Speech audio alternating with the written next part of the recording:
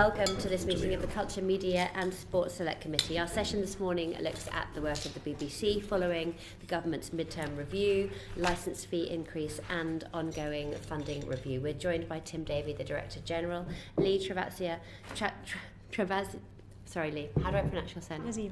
Tavaziva, the Chief Operating Officer, and David Jordan, Director of Editorial Policy and Standards. You're all welcome. Thank you so much for coming in, Leigh. I do apologise about that. I have an unspellable, unpronounceable surname myself, so it's completely unforgivable from me, but you're all very welcome. Before we begin, can I just ask if any members would like to declare any interests? Occasionally in receipt of royalties from the BBC. For a BBC journalist. I have received hospitality by the BBC at various times over the years. I'm a former BBC employee in various manifestations, and as of yesterday, I chair the all-party group on the BBC. Congratulations. I'm a former BBC reporter and presenter, and I've worked with David Jordan on many groundbreaking films during my period there, and I've received BBC hospitality more recently. Same as Ms Elliott. BBC hospitality occasionally over the years. Yeah, I went to a BBC gig, and a long time ago I was on the payroll in the 90s. Just a pleb. Nonsense. I'm sure I've also received hospitality from the BBC at some point. Sorry, so have I, yes. Yeah. You're welcome. So we've got that off our chests. You're very welcome. Thank you so much for coming in. Mr Davie, can I start with you? The Secretary of State said there's a perception among the BBC that the BBC, among the public, that the BBC is biased. Do you agree with her? Overall, if you look at the midterm review, and if I may, just one sentence, because we are here for the midterm review, I thought the process was extremely well conducted, and we support the conclusions, and it's a very helpful piece of work. If you look at I turn to the midterm review. The midterm review shows clear evidence that, the focus and adherence to impartiality and editorial standards is now at the heart of our priorities and what we've got to deliver. I am proud of our output under huge pressure, and I think we look at the data as well, which we can come to. Overall, we're doing a good job in terms of delivering impartial coverage amidst enormous pressure. One of the things I talk a lot about is 70% of the world now does not have a free press. The polarisation in society is profound. So any institution like ourselves to steer the course amongst the noise, the storms of social media is very demanding. But actually, if you look at the Ofcom research in terms of trust, in terms of our numbers, we're holding firm in the midst of a situation where actually public institutions, and I worry about this, are losing trust. So I believe we are impartial and we're doing a good job, but I do not for a minute, and I think people who know me know this, want to be defensive or complacent about that. I think there's lots of work to do. The other thing I'd say, if I may, is I think we focus on the output and the delivery against that. We're not perfect, but I think we're doing a good job. Then we also, perception is relevant, but it comes after the delivery of impartiality in terms of our coverage and how we work. Our perception tracking, it remains strong, and we're seen as the number one source for impartial news. But we've also got people on either side of the political fence, although I think it gets more complicated as we go into issues, that believe the BBC is leaning one way or the other. Final point from me was, the other thing we've got to deal with, I think we've got to be considerate and more transparent in explaining our workings, because what we are seeing is a quite disturbing trend globally, where people are constantly trying to ascribe intent. So people will watch the same, we're getting more evidence, we've talked about this with editorial policy and others, where you see the same piece of coverage and read it very differently based on where you come from and your echo chamber. So sometimes we're going to have to do even more work to say, look, I'm just asking you a question to find out what's happening. And look, we've got work to do, but I think overall we're doing a good job. So what has the midterm review changed on your view of and how you manage impartiality? I think it challenges us to continually, we can talk about some of the specifics, but challenges us to be robust in implementing things like the Sorota review and the 10-point plan we had, which are material. If members of the committee read the thematic review on tax and public spending, we're just about to get to a migration thematic review, which is a really interesting read. These are not easy topics, but they're also topics that demand calm, contextualised journalism, and I think we're doing a good job, but there's loads of things in there, if you read that tax and public spending review, that I think are really useful for journalists. If you were editor of the Today programme, and they're very good people, these people. I mean, I think we get a lot of noise around us, we'll talk about it, but if you talk to the editor of the 6 and the 10, I won't name them all, but they're good people, and they're of the highest quality, but sometimes you need to step back and think about what the midterm review says is, do the thematic reviews. Be open-minded about complaints, which I mean, the BBC's got a long-running criticism of, kind of auto-defence. That is not my style. I actually think we should be listening, we should be reflecting on where we get criticism, and the midterm review says very clearly that we also need a very robust procedure, and we split out, as you know, in terms of, we'll come to complaints, I'm sure, at some point, I guess, the post-broadcast complaint system and making sure there's increasing trust in that. And we need the trust in that, and that's a good challenge for the midterm review. You spoke about the review on migration. What's the status of that one? When's that likely to come forward? We're taking it to the board this week. So subject to approval, that then goes to... So it's not far away, imminent in terms of... It's been written, it's through the editorial guidelines and standards committee, and it will go to the board this week. So I think we're just about there. And what other reviews have you got planned? We're yet to confirm our next big thematic review, and we'll come back to you. Yeah, obviously we'll make public when we've decided what the topic is. That's being discussed at the moment. In October, the BBC board issued a statement on the Israel-Gaza war that referred to a review of the editorial guidelines that was planned to take place in the spring. Has that taken place? Yeah, I mean, I wonder if David can give us a detail on where we are in terms of standards. So the reference was to a particular part of the review of the editorial guidelines. There are people in this room who know quite a lot about reviews of editorial guidelines, but just for the benefit of others, we do this every 4 or 5 years. We have a look at the editorial guidelines and whether they're fit for the purpose currently. We review them in terms of changes in the law, changes in the Ofcom code, changes in audience expectations, all of those kinds of things. And we go through a process each time, which starts with me and with my team looking at all of the feedback we've had over the previous 4 to 5 years in relation to implementing the guidelines. We then update them in relation to that. And after we've been through that process and consulted our lawyers and similarly and people in-house, we then go to a more general consultation with everybody in the BBC. And we're at that point at the moment. When we've finished doing that, which will be, we want those comments in by the end of this month. It will take us a little while to build them into the latest draft. When we've got the latest draft of that, we'll then take that to a public consultation, which will happen in this spring, which will last for 6 weeks and give an opportunity to everybody. And we don't just do that reactively. We don't just, as it were, put it on our website and ask people to comment. We proactively send the draft to a lot of stakeholder organisations and indeed to political parties and others and ask them positively for comment. When we finished all that process, we obviously take that into account and we then take that draft back to the board, which ultimately signs this off. Hopefully we'll do that in the first part of the autumn. And when they've agreed to it, we then go on to publish hopefully before we get to the next general election, but you'll know more about whether that's likely than I do. So we have a process, and the bit that you're referring to was the public consultation, which is coming up next. Okay, that's fine, thank you. So, Mr Davie, back to my original question. The Secretary of State said there is a perception amongst the public that the BBC is biased. Was she being unfair? Well, she was sharing a personal perspective, and I get a lot of personal perspective. What I look at is the date. When we look at the overall data on the BBC, the perception on impartiality remains strong, but on either side of a strong score, you've also got people who view us to go one way or the other, and we continue to work on that. Yeah, I want to come in on the back of the Israel-Gaza coverage because the ICJ hearing several weeks ago was a hugely significant news item.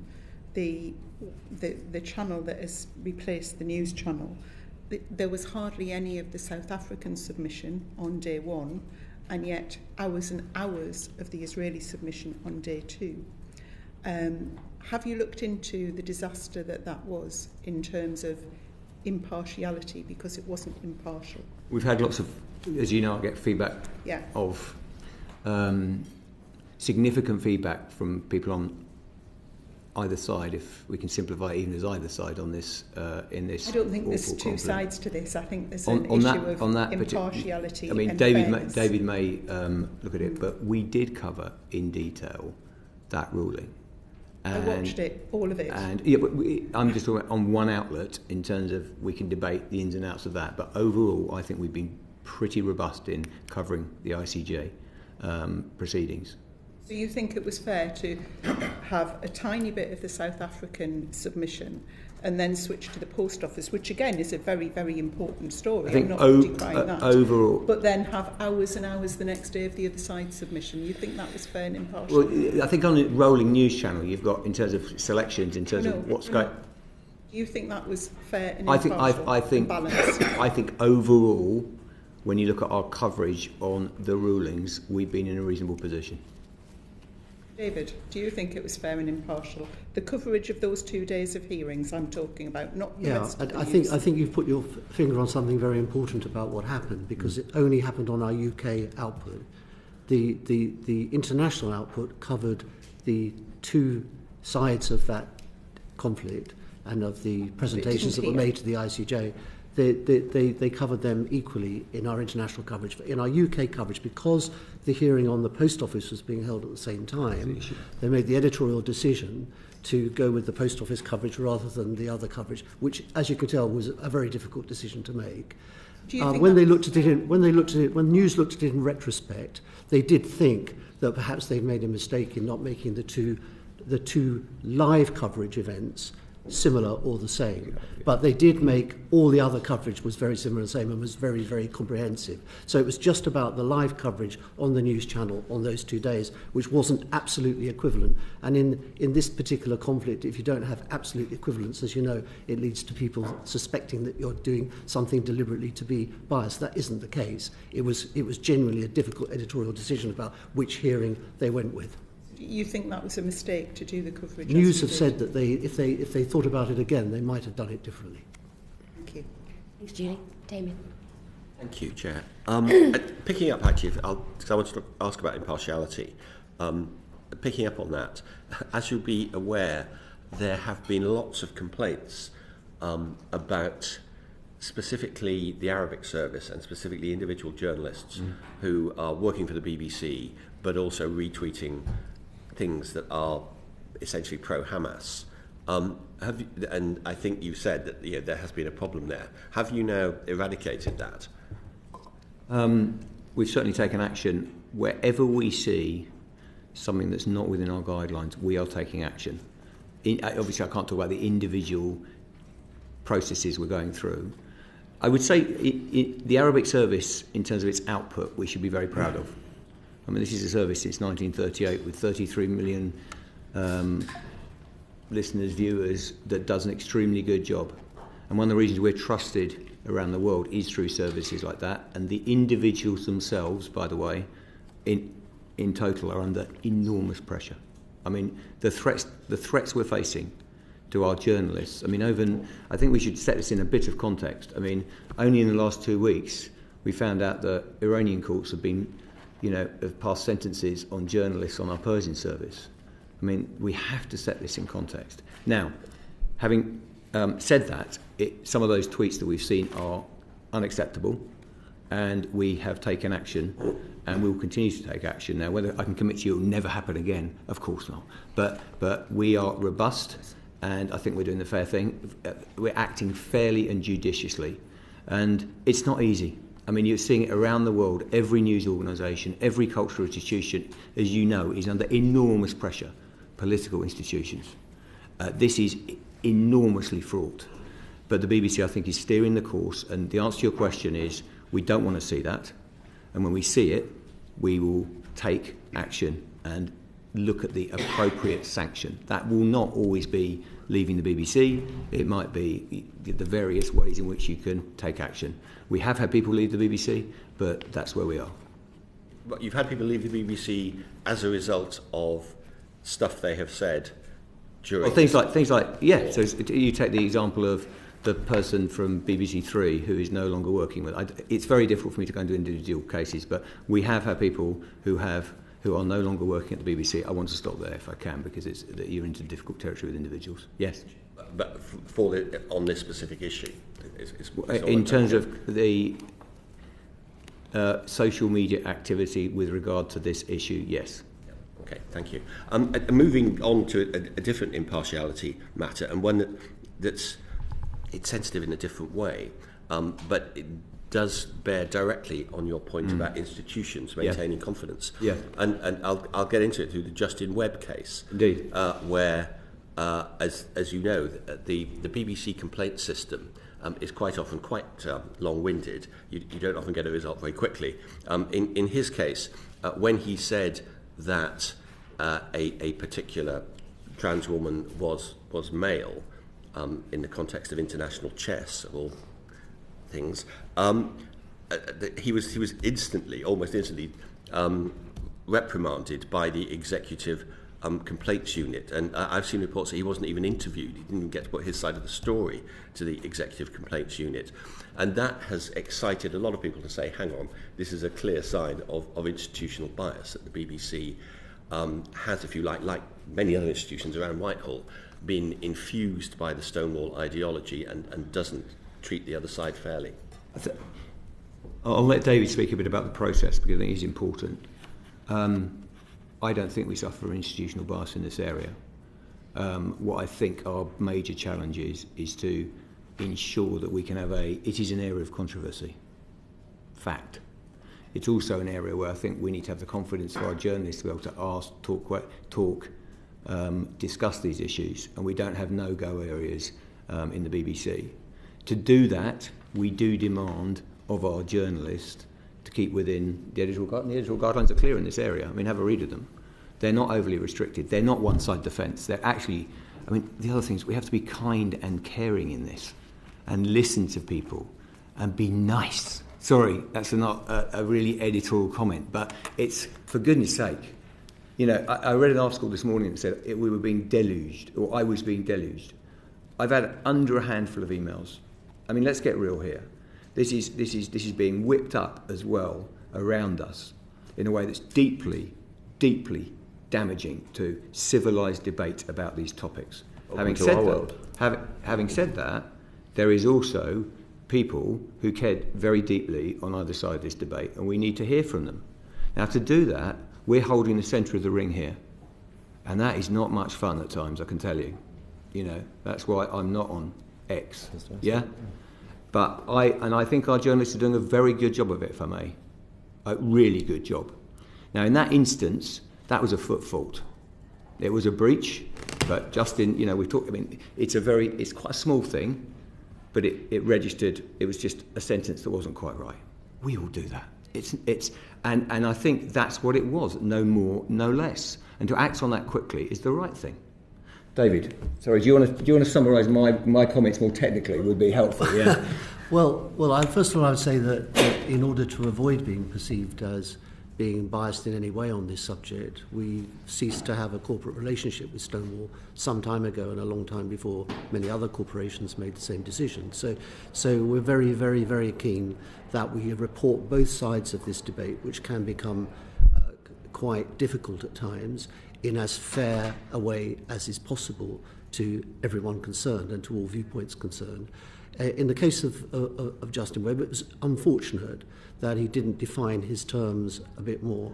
Had he said biological male when he referred, or born male, then it wouldn't have been a problem. But as you know, it's a very sensitive subject for trans women to be called male rather than female.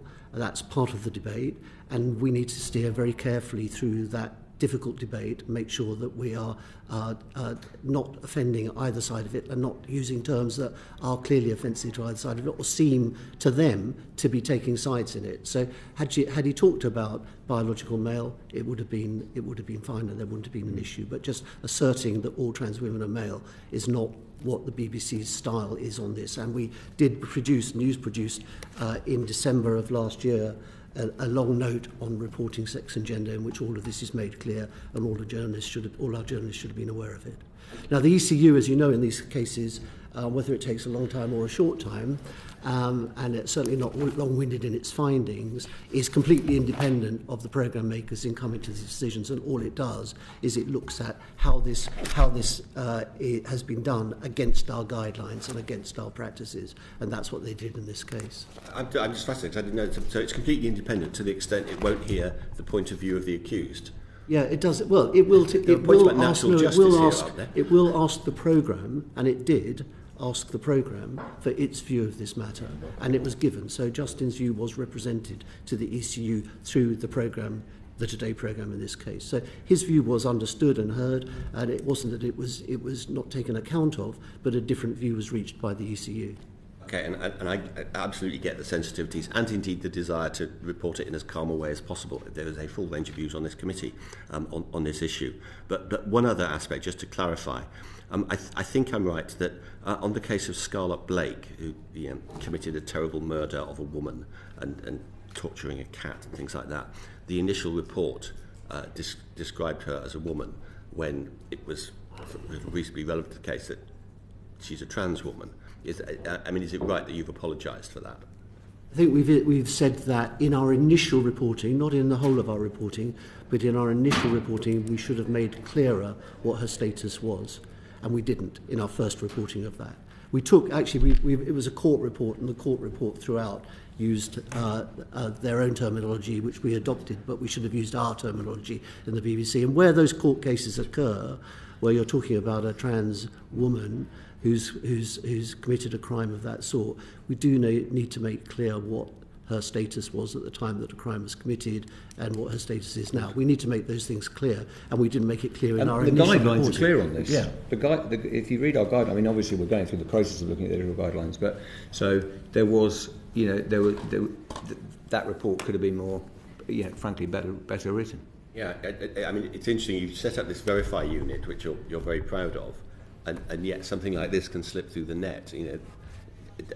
It is part of the Verify unit to say, hang on, it may be that what we're getting from sources like court reports needs.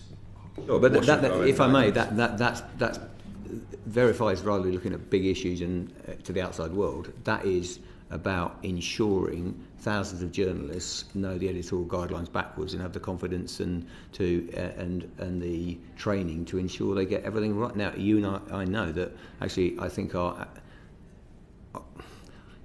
what we're delivering is nothing short of amazing on a global basis across these many journalists who care very deeply. Now and again, in some of the areas we've talked about, you're going to get phraseology that's not quite right, and you need to act. You need to say we could be better here, and that's what we're doing. Simple as that. What my as editor-in-chief, my main concern, if I'm honest, is we begin to have a culture where the debates around these things solely migrate to echo chamber, social media type environments. Yeah. So we have. This is important. I mean, we need to fight for this, because otherwise we're going to spend all our time talking about 1 out of 20,000 instances, whereas what I'm interested in is preserving, from a societal point of view, an ability to bring together people to talk about these things. And if we don't fight for that, and we solely focus on the fringes, we're essentially feeding a particular narrative that drives you to and I'm quite animated about it at the moment, as you can hear, because I worry about it. Yeah. Okay, well, I will step back for a bigger picture. Samir Shah said when he was before us that the BBC needs to be match fit for the general election, which, if you think things are sensitive now, just wait to the run-up for that. Are you match fit for it yet? I think we're very trim. We're ready to go, but we will wait an announcement because Davie can talk in detail about the editorial policies and the one thing this institution has is a lot of history of navigating the course in terms of all the demands of a general election. But no, we're here to serve and ready to go. Who's going to present it?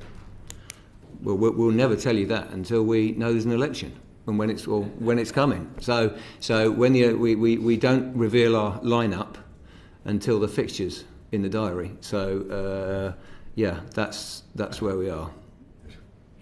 You've already referred to the differences of international coverage of the ICG hearing internationally and on the domestic news channel. Does the merger of those channels make the general election coverage more difficult? I can do it, yeah. I mean, you should have heard from Deborah Turness and others, the structure of that organisation is we have one organisation, but we can do UK opt-outs and UK streams. So frankly, I don't think there's any issue. We will be able to opt out. The other thing, let's be honest about it, in terms of scale, linear news channels I love to bits, but they are not where it's going to be. The vast numbers are going to be in the big BBC One broadcasts and online. That's where it's going to be, but I don't see any issue on the news channel, no. The critical thing for us, whatever the output is, whether it's online, whether it's on TV, on radio, whether it's in the UK or internationally, the critical thing for us is that it's impartial. And for that purpose, as you know, every election that's held in the UK, the BBC produces a specific set of election guidelines. There's a set on the Editorial Guidelines website at the moment that relates to the elections that start for the Greater London Assembly and the London Mayor today, I think. The election period starts today, and next week for the rest of the elections in England and the Police and Crime Commissioners' elections. There's a set of election guidelines that apply to those. I already have, and I have in front of me here, a set of draft election guidelines for the upcoming general election, just in relation to your match fitness. But we can't put the finishing touch to that until Ofcom produces its guidance paper about how much coverage should be allocated to each of the parties, which it does before each election that takes place in the UK these days. And we then base the coverage that we allocate on Ofcom's recommendations in that paper and on their findings in relation to previous electoral history, what I call the ambition, the number of seats that people are fighting, and also opinion poll ratings. So all of those things get taken into account. We then make sure that, and this is the critical part and the most difficult part, that all of our output everywhere is impartial, and we give the appropriate coverage to all of the parties standing in the election. Thanks, Damien. Rupa. Hi, everyone. Yeah, I mean, look, one barometer people have of impartiality is the panels that you see on Question Time. And for the last full year that figures are available, apparently there were 28 panellists from non-dom or foreign-owned overseas billionaire sort of media outlets. 28 of those, and only 6 from centrist or centre-left. And I'm counting from Private Eye to the Daily Mirror, Novara and Vice Media. Doesn't that look massively unbalanced? Anyone? I'm sorry to say I'm totally unaware of that data and where it's come from. All I know is that, so I'd be very interested to see it, but all I know is that the Question Time team, which is incredibly expert in this, spends a lot of time spinning a lot of plates in the air, trying to make sure that its panels are gender representative, are ethnically diverse, are geographically disparate, are socioeconomically representative, are politically representative of all of the different political parties and in the country, plus all kinds of other factors that weigh into their decision about who's on the panels, quite apart from whether or not the people concerned are actually good at being on panels or not.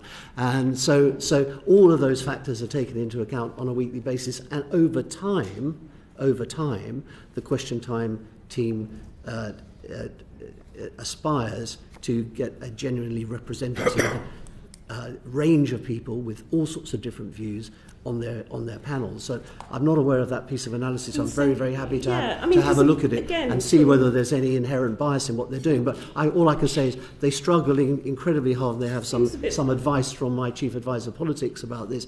They struggle incredibly hard to make sure that panel is They also look at the long-term data. Yeah. So it's worth us just looking at the data and just making sure, in terms of in the round, because that's 34 people out of a lot. So we need to have a look at it in the round. No, I don't want to dismiss the data. I'm just saying there is, to David's point, if you talk to the Question Time, well, I have, others have, we've been down there talking, many of you have had the pleasure, is they work extremely hard on a data-based approach. So we should look at that. I'm more than happy to look at it. More figures from that same year, 22-23. 6 trade unionists, so these are people who represent millions and millions of working people, but 13 business people, the man from Sainsbury's, the man from Iceland, you see them pop up every week. 6 trade unionists only. It doesn't look right. And again, you said political balance. If you think about it, the Green Party are in power in Scotland. They have 1 MP in this place. I'm sure we don't see them as much as the 35 appearances Nigel Farage has done. Tice comes on a lot. Do you know what I mean? It feels like they're called Reform now, aren't they? That they're quite a regular fixture, whereas parties they've never had anyone actually elected to Parliament. Do you know what I mean? It feels they have a lot of airtime from you guys. Well, you're talking about the numbers of appearances by Nigel Farage over a very, very long period of time. If you totalled up all of the Green Party appearances over that same period of time, I'm sure it would come to a significant number as well. So I think you have to be really careful about comparing apples with apples and pears with pears here, making sure that you've got the right sorts of comparisons. But I'm very happy to take the figures away and take them to question time and ask them whether they think they've managed to fulfil the requirements that they have. Do notice Melanie Phillips the other week, she's been on 28 times, Piers Morgan, people like that, 23 times. I mean, I know you want shock jock people for a bit of value who say something controversial, but still, you do have in your charter educate, inform, entertain, all that stuff. And yes. I think that would be worth taking away and looking at. Well, certainly, if you've got data which I haven't seen or which the Question Time team haven't seen, we'll certainly be happy to take it to the Question Time team and ask them to talk about, and if necessary, even drop you a line and explain what where they're coming from. Right. Okay. The other case that popped up this week. I mean, if you think about, they're now called Reform UK, but in their previous incarnation as UKIP, David Cameron called UKIP a bunch of far-right, a bunch of fruitcakes, loons and closet racists. They're now called Reform UK. Their 1 MP was not elected but lost the Conservative whip for Islamophobic conspiracy outburst that he did and wouldn't apologise. This week you've had to apologise for calling them far-right. I just wondered how much pressure you were under and from who, because it's not by Ofcom. So, yeah. Yeah, a lot of people would say, if some of their candidates... I don't think far right's the right label. Full stop. And that's our judgment editorially. Yeah? We may have different views on it, but I don't think it's the right label. In terms of pressure, we did have a few complaints, but we reflect on it ourselves. I mean, these are editorial judgments. My personal view is you've got to be a bit careful with far left, far right, with parties that carry quite a lot of support. And where would you place them on the spectrum? I mean, some of the statements from some of their candidates are quite alarming. Yeah. The Guardian said they're a haven for conspiracy theorists, extremists. They're a social democrat party in all but name. They're against international law. I understand, but with respect, if we judged our labels by individual quotes from members, I think that would be an interesting strategy in itself. I think they're clearly right. A party on the right to politics.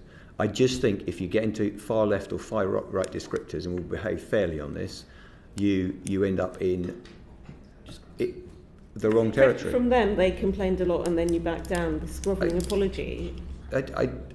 We got complaints, but if you think we just, respond under pressure on that, that's not how we work. We consider. It looks like it. Well, it may, but I'm just telling you how it works. It absolutely, and I understand the concern. And these are judgments, but my view is we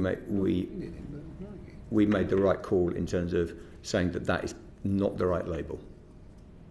I mean, I know in 2021, James Wilde MP said there were not enough Union Jacks in your annual review. I remember it was one of my only social media hits, big hit, where it was largely a positive experience for me. Yeah. Yes. In a 268-page annual report, he didn't like the lack of union. So I'm glad you haven't backed down in some respects, but I think you could be. Sorry, I'm lost on the comment. I want to understand it so I can respond. Okay, so I don't know who's pressuring you. It just seems a bit odd that you're backing down. With respect, I am pressured from, and I love this job, but the pressure is ferocious from every side. If we responded to every, we're getting. This is a more polarised time. I talked about this. Everyone wants to ascribe intent. They were, there are people who think we've got an agenda to the right, an agenda to the left. We're woke warriors on one side, we're small c conservatives on the other. I can tell you that if you go and meet the editors of programmes like this, Question Time, I'm fiercely proud of them, because what they're trying to do is calmly get this right. This is not from an agenda. Send you those figures, because we want they're very helpful. So we should have those figures, and they're useful for the Question Time team. They'll take them in the right spirit. But I'm just saying we're trying to make judgment that apply this fairly across the board. And by the way, I've had incoming on every side on Question Time. Or Laura Koonsberg or any of those programmes, they have your 3 talking heads and you've got 2 leavers and a journalist or something. It's quite, people do notice this. But okay, I'll send you some hard facts on this, because it looks like you're being lent on. The whole point of the midterm review. I just want to be really clear, we're not being lent on. Okay, I'm saying how it's that's where I'm telling you as Director General that we're not being lent on in that way. We are open-minded to complaint. When complaints come in, reflect them and go, are we in the right place? Having smart people to do that. And as you know, we've split. Davie's, job focuses very much on pre-broadcast. And we've got Peter Johnson, we might come to that in terms of the complaint system. It's very strong. They're very wise people, and they're thinking through these issues. They are, we do not make decisions based on strength of people leaning on us. We're an fiercely independent, without fear or favour broadcaster. That's what we stand for.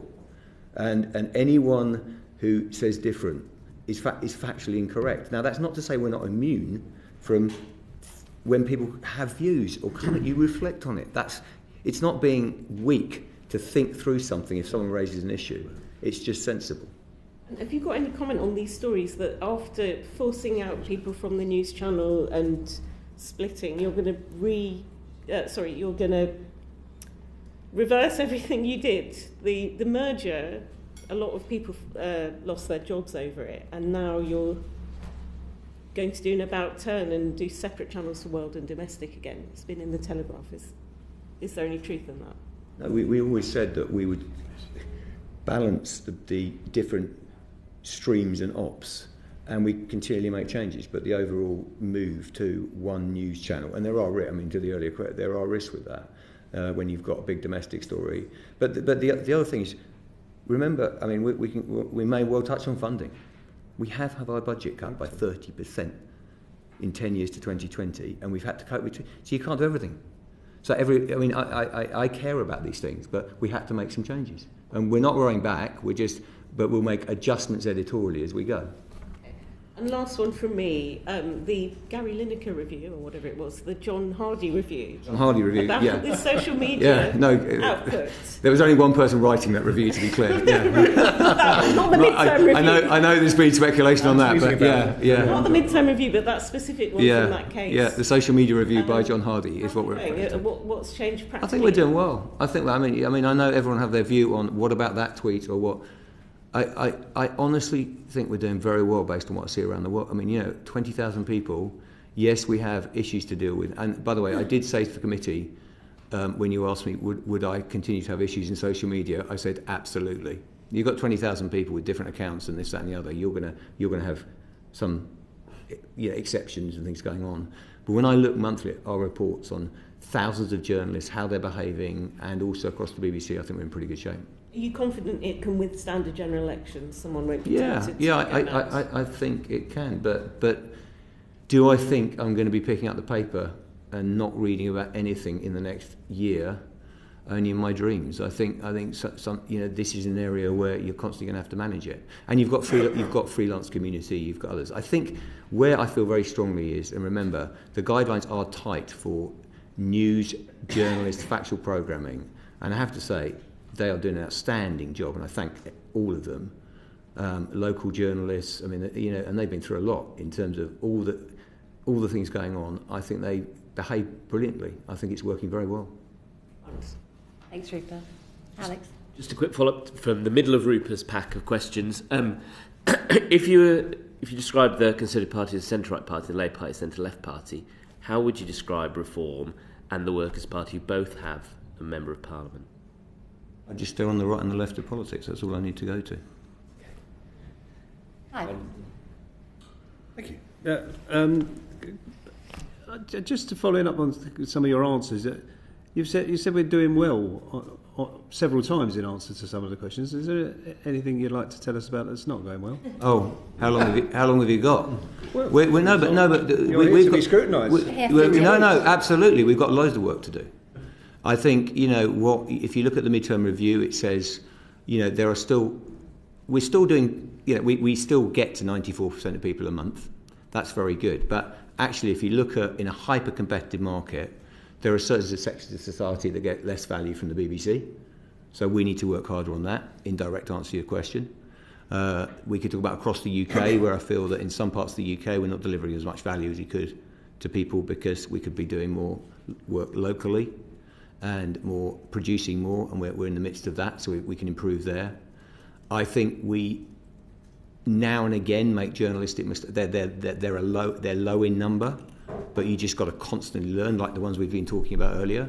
So of course we can improve there, and so I think there's plenty to do. And I think also institutions have to be properly questioning of themselves in terms of groupthink. That's one of the reasons I like pushing major areas of news outside London. You can for the first time you can become a network news editor without coming to London. That's major. And it's subtle, this. It shapes the output. You think differently. If you look at the quality of breakfast, for instance, television, it's just got a slightly different flavour coming from Salford. I think these things we can keep improving. We can get our batting averages up in terms of, our return on our commissions, and our return on investment has to be outstanding versus the Netflix and the Primes, because they've got much bigger pockets. So, our commissioning teams are the best in the world in terms of return on investment, but they can do better. We can grow our commercial arm. Yeah, we can talk about that. So the list is long. I remain healthily dissatisfied in that regard. I think somebody else might be asking questions about the growth of the commercial arm. But since the midterm review, what have you done to strengthen your complaints procedures? Well, as you know, the midterm review made a number of recommendations in relation to the complaints process. One of which was to change our agreement so that the board is very specifically responsible not just for creating the framework within which we handle complaints, but also responsible for the process of handling them on a day-to-day, week-to-week basis. The midterm review also made some other recommendations in relation to governance. One of them, the Director General has already referred to, which was splitting up my role so that there is now a Director of Complaints and Reviews who's responsible for all of the post-broadcast issues that arise with programmes, and I'm responsible for things that happen before broadcast and for the advice, and that goes into programmes before that from an editorial policy direction. I have other responsibilities too. They also recommended that there was greater oversight by the committee of the board, which is called the Editorial Guidelines and Standards Committee of the board, of the complaints process, and that the independent members of that board have a greater role in overseeing the complaints process and being responsible for it. They've made a number of recommendations in relation to Ofcom. One was that they should review all of the ECU upheld findings and make sure that they were satisfied. That was as far as was needed. They've changed the basis on which written online material is complained about at the third stage. So there is a process at the moment which is rather peculiar, which involves Ofcom giving an opinion of any written online material that's appealed to it in relation to the BBC's editorial guidelines. In future, they will deal with those in exactly the same way as they deal with video and audio material. So that will strengthen the process in dealing with written complaints about written online material. They've also made a number of recommendations about how we increase, and this is both for the BBC and for Ofcom, how we increase awareness of the BBC First system and the knowledge that complainants have of their ability to appeal to different stages of that complaints process.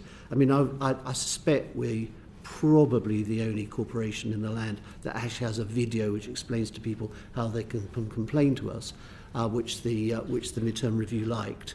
but they want us to go beyond that in telling people how they can complain. So we'll do some more work on publicising our process and making sure that people understand that. And they also wanted us to improve some aspects of the way in which we respond to complaints and be a little bit less defensive about some of our responses at what's called Stage 1B. So there were a whole range of things, all of which we're doing, some of which actually we've already done and put into practice during the course of the discussions with the DCMS about the midterm review.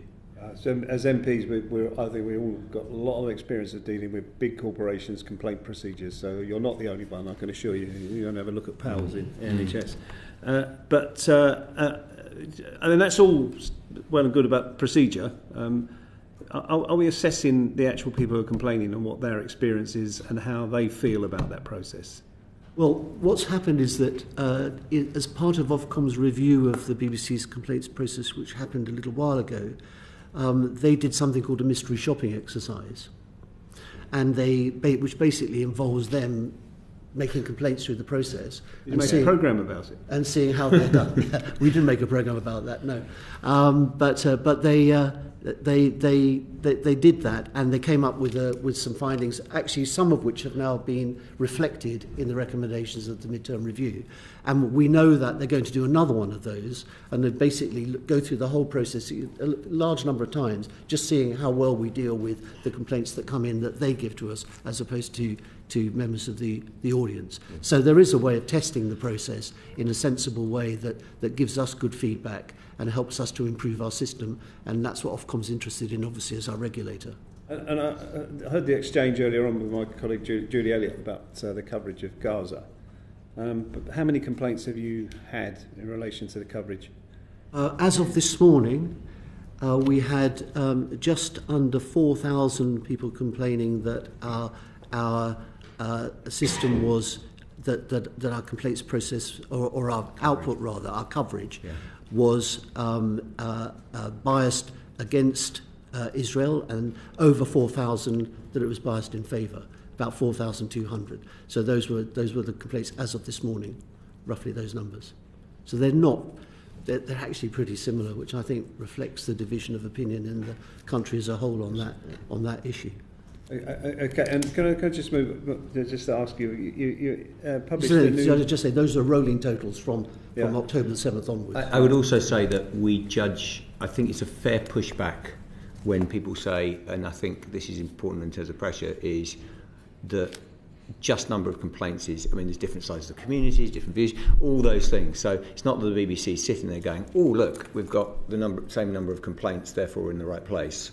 I think, we have to listen, and to the earlier comments, to some things we reflect on and go, okay, we could have done better there on every side of this very difficult situation and traumatic situation. So the complaints are useful context. I don't think they're any more than that.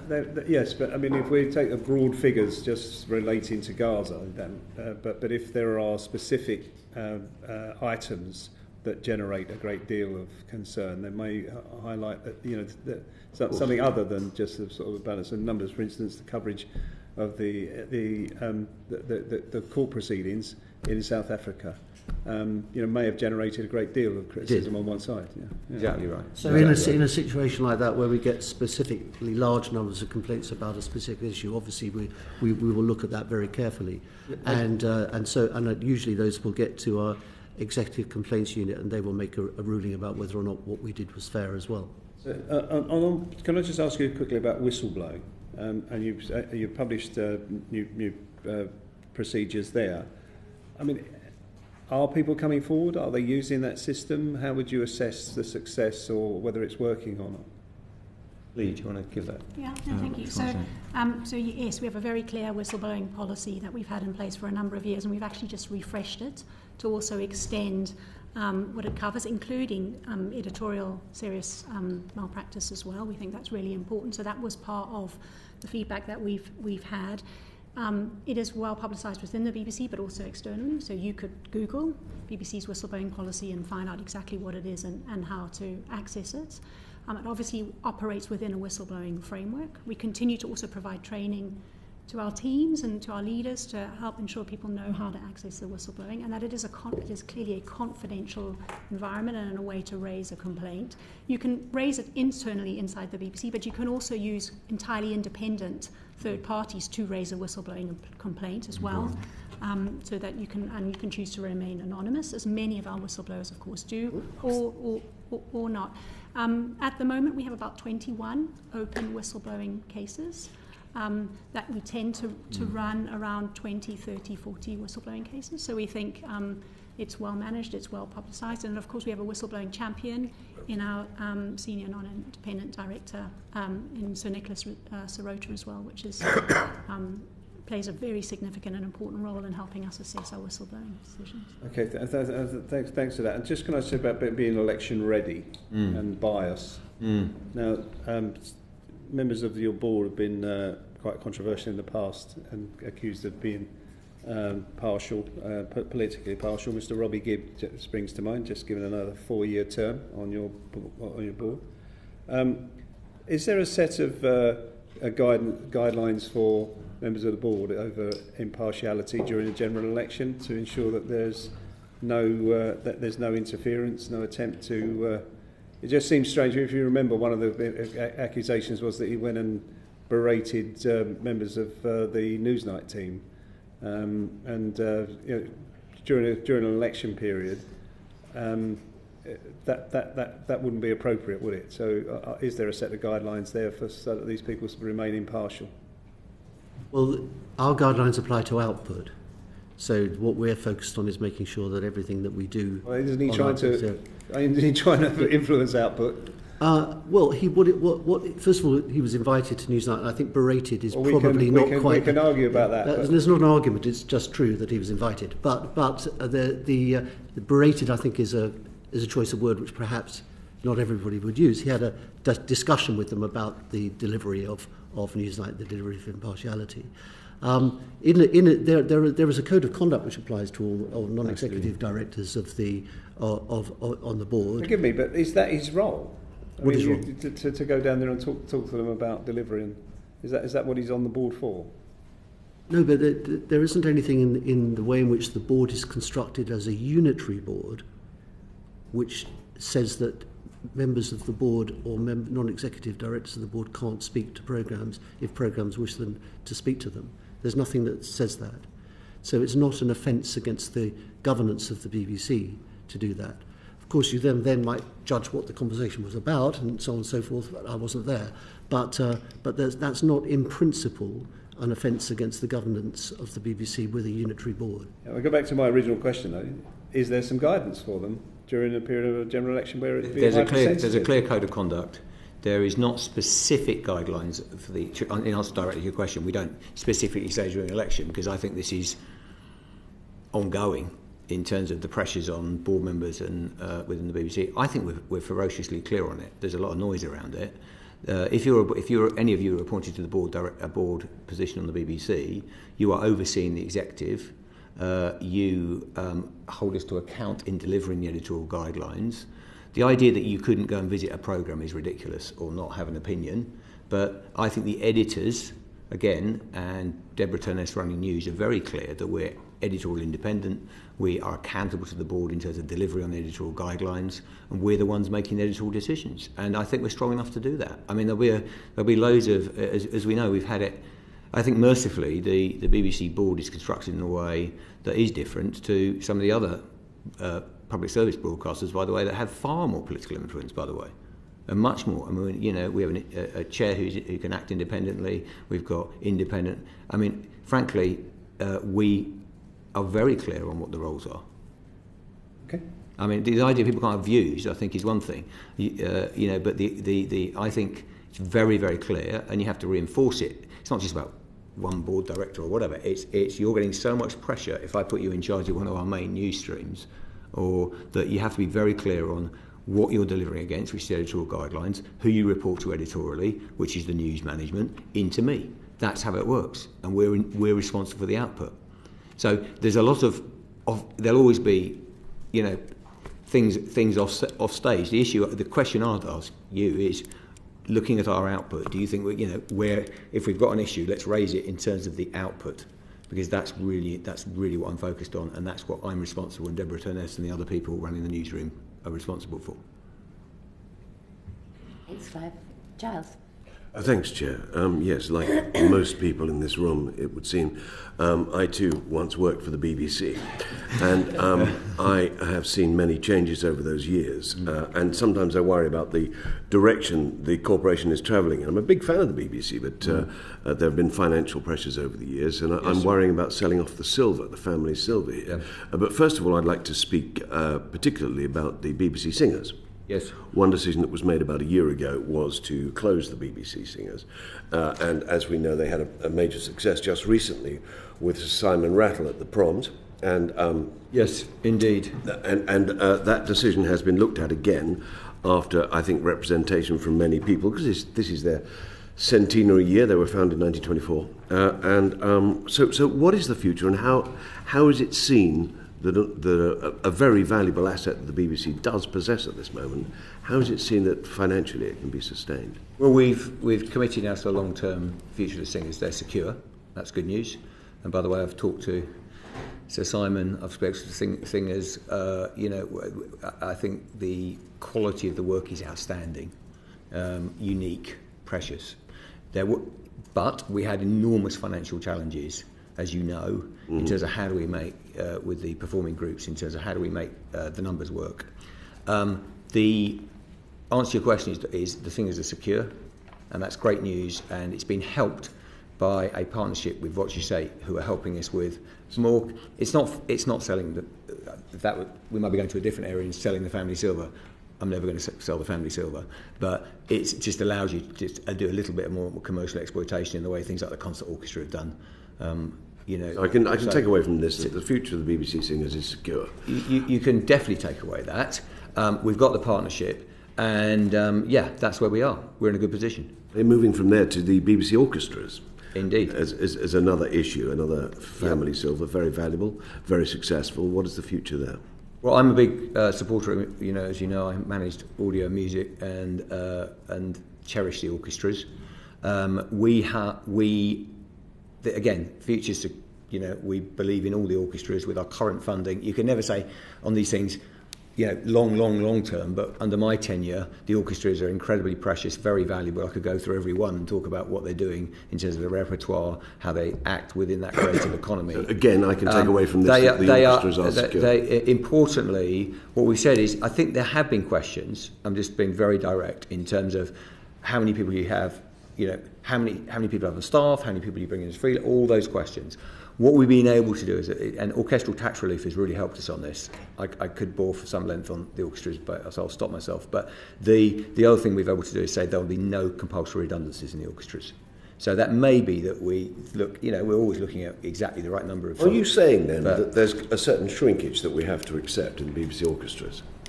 No, I think there's a valid question about just how many people you have on staff versus how many people you bring in as performing musicians. What I'm saying is all the orchestras are secure, funding is secure, and we are in a position where we can guarantee no compulsory redundancies. And also, what I don't want to be in a position is taking any of those performing groups to a point where they can't deliver the breadth of repertoire that we need. So I think we're in a very good place. I'll take that away as sort of fairly good news. But it's good news. I don't think you need to caveat it. It's good news. Going back to the family silver and the overarching direction of travel of the BBC. I mean, we'll remember the days of the BBC rehearsal room, fondly known as the Acton Hilton, where we had, I think there were 18 different studios in which we rehearsed, and there was a canteen at the top, and there was amazing cross-fertilisation of talent in that building. I remember it personally. Indeed. And the decision was made, I think it sort of closed down, then came back in 2007, and now it's gone, and it's now going to be flats. We know what's happening to the Acton Hilton and that whole thing. Have we thrown away something really valuable there? Because I can see... Are you talking about Acton? I'm talking about the Acton Hilton decision you talking about and the direction of travel of the BBC, because there are issues now about selling off Elstree, selling off the EastEnders set, etc. It seems to be a general trend of travel that's been going on for sort of 30 years now. And it feels to me that the BBC might be losing some of its essence. Because, okay, at the Acton Hilton, I just made a short list, there were shows like Dad's Army, Fawlty Towers, absolutely fabulous. And all those people were working in the same building, absolutely, with the same cross-fertilisation of talent. And I personally moved from one programme to another because I was there, and I was there with the writers and the directors, and they were all in the same place. And I understand, absolutely, that the economies of people rehearsing in village halls all over the place and farming out a lot of that. But we've lost something really valuable that the BBC uniquely had. And I'm frightened that we're going further down that line. Do you have anything to say to that? I think I can reassure you. I mean, no one cares about that more than when you walk around some of the old studios and feel the magic of what the BBC is. Now, and I know I'm in danger here because I think we can look back at and I'm quite obsessed by the golden past of the BBC. But Marmaduke Hussey. Exactly right. But if you go to Broadcasting House now, it's a fizzing buzz of, you've got the Radio Theatre there, you've got the Radio 2 now there, Radio 1. I mean, it's great. And there's loads of creative energy coming through that building. I thought you were going somewhere differently, because we can talk about Elstree, which is largely, I think there's a technical thing about who owns the site, and we're going to protect EastEnders, and I think we're fine on that. The key is protecting the creative output there. I thought you were going to, if I may, I'm going to try. I thought you were going to mention Maida Vale, because of all the list of things I worry about, those factors you're talking about. Just being very open with you, it's the special sauce that is Maida Vale 3 and what it is. I was in there the other day for Radio 2 piano rooms. Now we have made a decision because the cost of redeveloping Maida Vale was off the scale. So therefore, taking and developing the East London site with London Docklands, I think is very exciting. It's going to be one of those buildings you're talking about where you'll have, to your earlier point, orchestras, singers, other things going on. So I think we can brilliantly steered me away from the visual arts of the BBC to the radio side of things. I'm still talking about the we haven't got. Where's the threat on the visual arts? Sorry, in fact, I'm seeing production bases. I mean, the idea. I would say one thing, which is the market has moved radically in terms of owned and operated studio businesses. Mm-hmm. That is, I don't want to spend money, if I'm blunt, on property when I can spend it on content. So there's that tension there. But if you look at what we've got in Pacific Key, you look in other areas, we're still doing our work and developing that. I don't see this. I think we can be incredibly proud of what we've done. Look at Rothlock in Wales. Look at Rothlock. But look at Doctors, which is being axed, for instance. But again, that's a very interesting story in West Midlands. So what we see, and Doctors have done a fantastic job, but that, in terms of prioritising our money, in terms of titles that work and give most audience and also most delivery against our corporate purposes. And now, when I look at the plan for West Midlands, I'm incredibly excited. If you go and visit, and I really recommend the committee go to Digbeth, it's amazing. We have got Stephen Knight there developing the studios. We're taking MasterChef 4 strands with Endemol Shine up there, 130 jobs.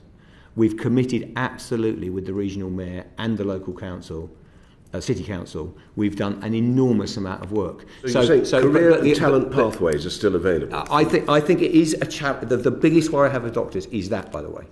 Is Doctors has, without a doubt, provided enormous routes for lots of writers, and soaps do that. We've got a problem in the market, by the way, which is soaps are not getting the audience they once were. That's just a fact. So you've got, where I think it's really important is to have it for the jobs and career pathways is a couple of things I've mentioned. One is to have ongoing strands, not just 2 parts floating in and out. And that's what Stephen Knight is doing in terms of building a studio. And also, MasterChef has 4 strands, so it's permanent work. It's not just float people in for 12 weeks. So the answer to your question is, I am concerned about it. I could spend an enormous amount of time talking about the work we've done in terms of creative industry clusters and how we're trying to develop those career pathways. And by the way, if I got the question earlier about improvement, one thing we can improve, and we may well touch on, is making sure the industry remain. And we've done a lot of work, and I'm proud of it, but making sure the industry is truly open to all. and making sure that those pipelines are in place is a real challenge. I worry, though, that the BBC, which was the gold standard for career pathways in broadcasting, is losing its centre. And one of those points is the removal of the director's course many years ago, because I know one particular, Peter Howitt, came through the BBC director's course and went on to become a major Hollywood director. The BBC used to do these things, and I worry about general shrinking, not over the past 5 years, not over the past 10 years, but over the past 30 years. If you look at what we've done, that is a very valid worry. But if I may, I think if you look at our record, we're pushing on apprentices. I'm the one that said we need to bring apprentices into BBC. We've got over 800. It's amazing, by the way. We're developing those careers. So this is really important. What I would say, and I'll get back to funding, if you take 30% out and you take the money out over the last few years, you cannot grow the organisation. In fact, we've had to reduce painfully the amount of people in public service BBC. What I hope we can do is keep a couple of things. One is the special source you were talking about creatively in terms of those spaces, critical. And the second is the career pathways. But, the apprentices is we've done a huge amount of work in this area. I mean, Leigh can talk about it as well. It's very important to us. I don't think we're losing that. And by the way, our role as the catalyst for creative industries growth and developing those careers, such as forming apprentice hubs, in areas like the West Midlands, is as critical as it's ever been. In fact, it's more. I think we're more valuable than we've ever been. So even taking, Chair, this is my last question, but even taking the cuts that we've seen, and perhaps looking at potential new models of funding for the BBC in order to maintain its gold standard, under your watch, you feel that the BBC is not shrinking; it is growing. Absolutely, I think we that's a big question in terms of where you take the answer in terms of overall revenues, in terms of what we're doing in the corporate account. There's big questions for the next charter. What I do think is under this period, we are absolutely prioritising careers and making sure that the creative spaces we've got are protected. That is essential. It's our special sauce. You're at it. I agree with you. Thank you, Chair. Thank you, Giles. Simon. Morning. Thanks for coming in. I want to talk about BBC Local Radio. Surprise, surprise. BBC Radio Devon, Cornwall, Cambridgeshire, Solent, Tees and London lost between 19,000 and 50,000 listeners in the most recent audience research known as RAJAR. Some did make some marginal gains across the network. Overall, this looks like managed decline. Is it? I hope not. And I think that, the truth is, as you know, is if you step above even the discussions we've had in terms of local radio within the BBC, there is massive pressure on linear radio listening, and there's massive pressure on local linear services. There's no doubt about that. So if you actually look, the long-term declines are worrying. So we have to work all we can, and if you talk to the editors of those stations, and I've been out and about in a number of locations recently, I think they're all utterly committed to make sure that their local radio services are, doing all they can to mitigate radio losses. What I would say is, and you know where I'm going, which is alongside that, I think we were right to reprioritise some of the money within an overall flat budget, as you know, to drive digital local provision, and I think that is being important. So while we've seen pressure on local radio, and we've got to see how the changes flow out, by the way, and learn from that, and it was that RAJAR was a bit early. So and the teams are doing amazing work under enormous pressure. But what we are seeing in online news, by the way, locally, is rapid growth. So I am very proud that now if you go on my phone on the main news app, I get my local news. That's a major breakthrough if you're a local journalist. It's great news. And we're up over 20% on the quarter in terms of online local news. We're also recruiting 130 journalists, as you know, into local, and forming the investigative network with 70 of them, which I think gives us a real chance to get in and grow local. So I still remain absolutely wanting to deliver on aggressive and punchy local targets. I think what we can do in local radio. What are your aggressive, punchy targets for BBC Local Radio? Because that scale of decline, and we know that local radio in the last 10 years has declined considerably before you made these changes too. But how sustainable is this? Like, Well, if you continue to see losses like that, how long is it until you just switch the transmitters off? I think we're way away from that, by the way. The target is beyond local. It's not just local radio. So let me tell you, if I put you in charge of a region of the BBC and you know it well, your target from me is, and through the team, is, can you ensure that 50% of the population are getting local content regularly from the BBC and getting their news? That's the big battle, by the way. Within that, again, we know local radio reaches, on average, around 15% of the population. So it's precious to them. And I would like us to hold those numbers as part, but while growing and making sure we sustain 50% reach. How is morale amongst BBC local radio? I think I've been out. What we saw, because of the process you went through, were some tearful goodbyes. Yeah, indeed. Very upset audiences who were majorly disrupted because their schedule of various different radio stations is completely different to what it was before, with some very well-known local names up and down the country suddenly losing their jobs.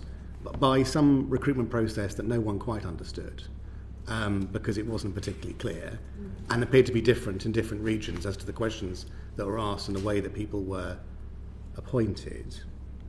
What is morale like? You've done a tour of different regional... A tour sounds rather grand. In my day-to-day, I'm out in the regions quite a lot. I realise. So recently you've been speaking to staff. I've been speaking directly to staff at the desk, talking. I mean, but by the way, these are just snapshots. So you've got, and obviously we have. Look, I think morale is mixed. I mean, it's been really... It's mixed. Mixed is not... No, it may be... I'm trying to not lurch to management euphemism, yeah? I think what I'm trying to say is, I think the teams have been through an enormous amount. That change is incredibly painful. Actually, 75% of the presenters who applied did get jobs, and actually the BBC is a caring employer. It tries to minimise compulsory redundancy. If I may say...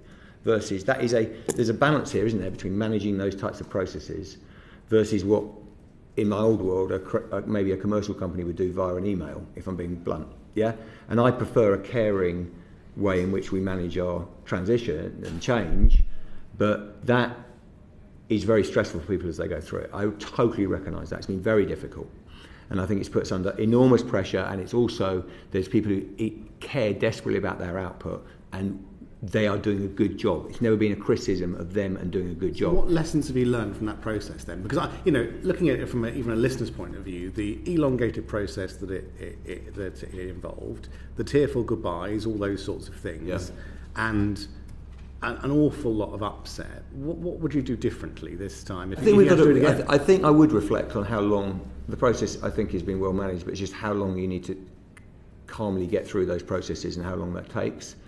I do think, however, as a media organisation, and everyone is going through it, we are going to go through change.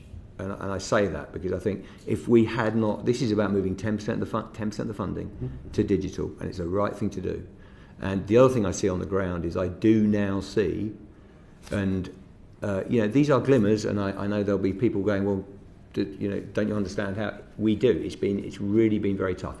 But the reason I use mixed, and I genuinely believe that to be right, is on the ground you are also seeing journalists who, by virtue of connecting up, so, the multimedia offer and allowing stories, investigative reporting to go into online, not just be sitting on radio, is really opening up the amount of reach we can get for our stories.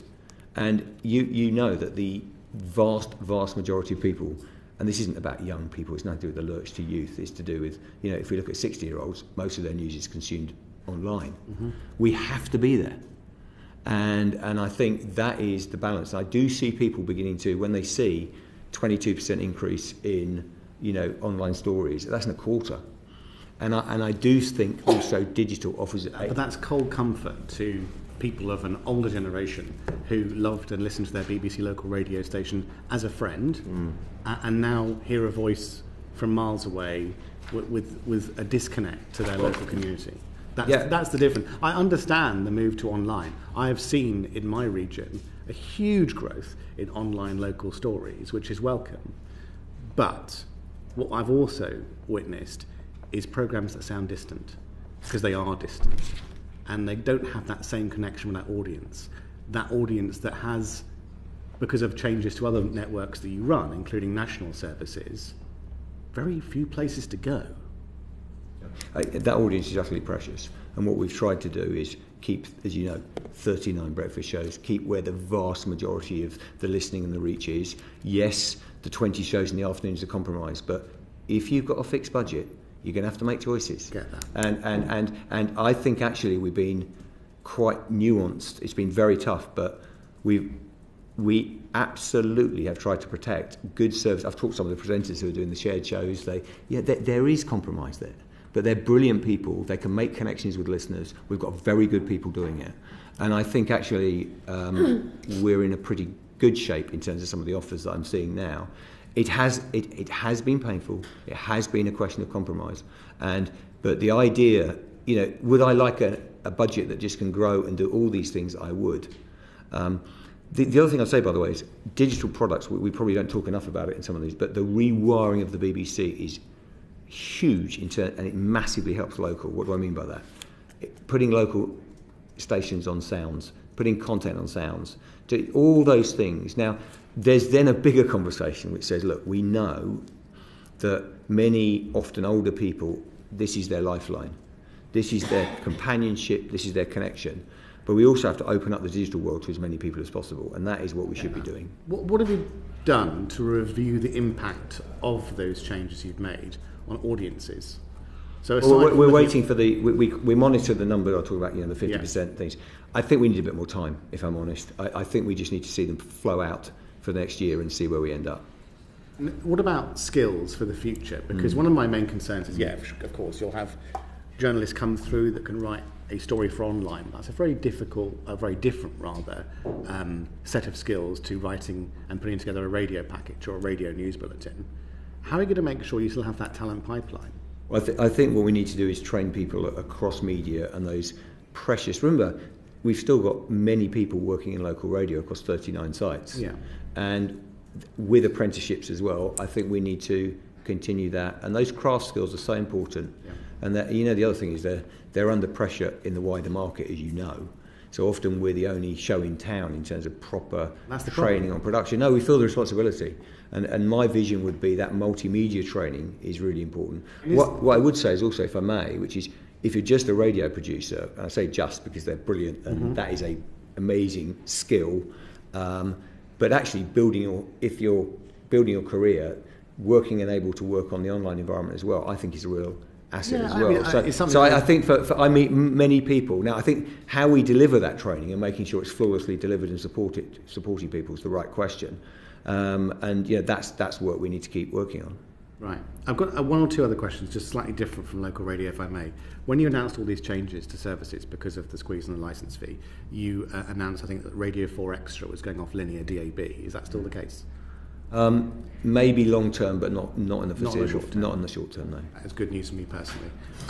When it comes to local television news, we've seen investment in some local regions, but I think BBC South's had a refit recently. These programmes, even more so than BBC Local Radio, controversially in my own view, have a very strong audience, continue to shine. My local is BBC Spotlight, which I think is the most watched regional news programme, rightly so, in the country.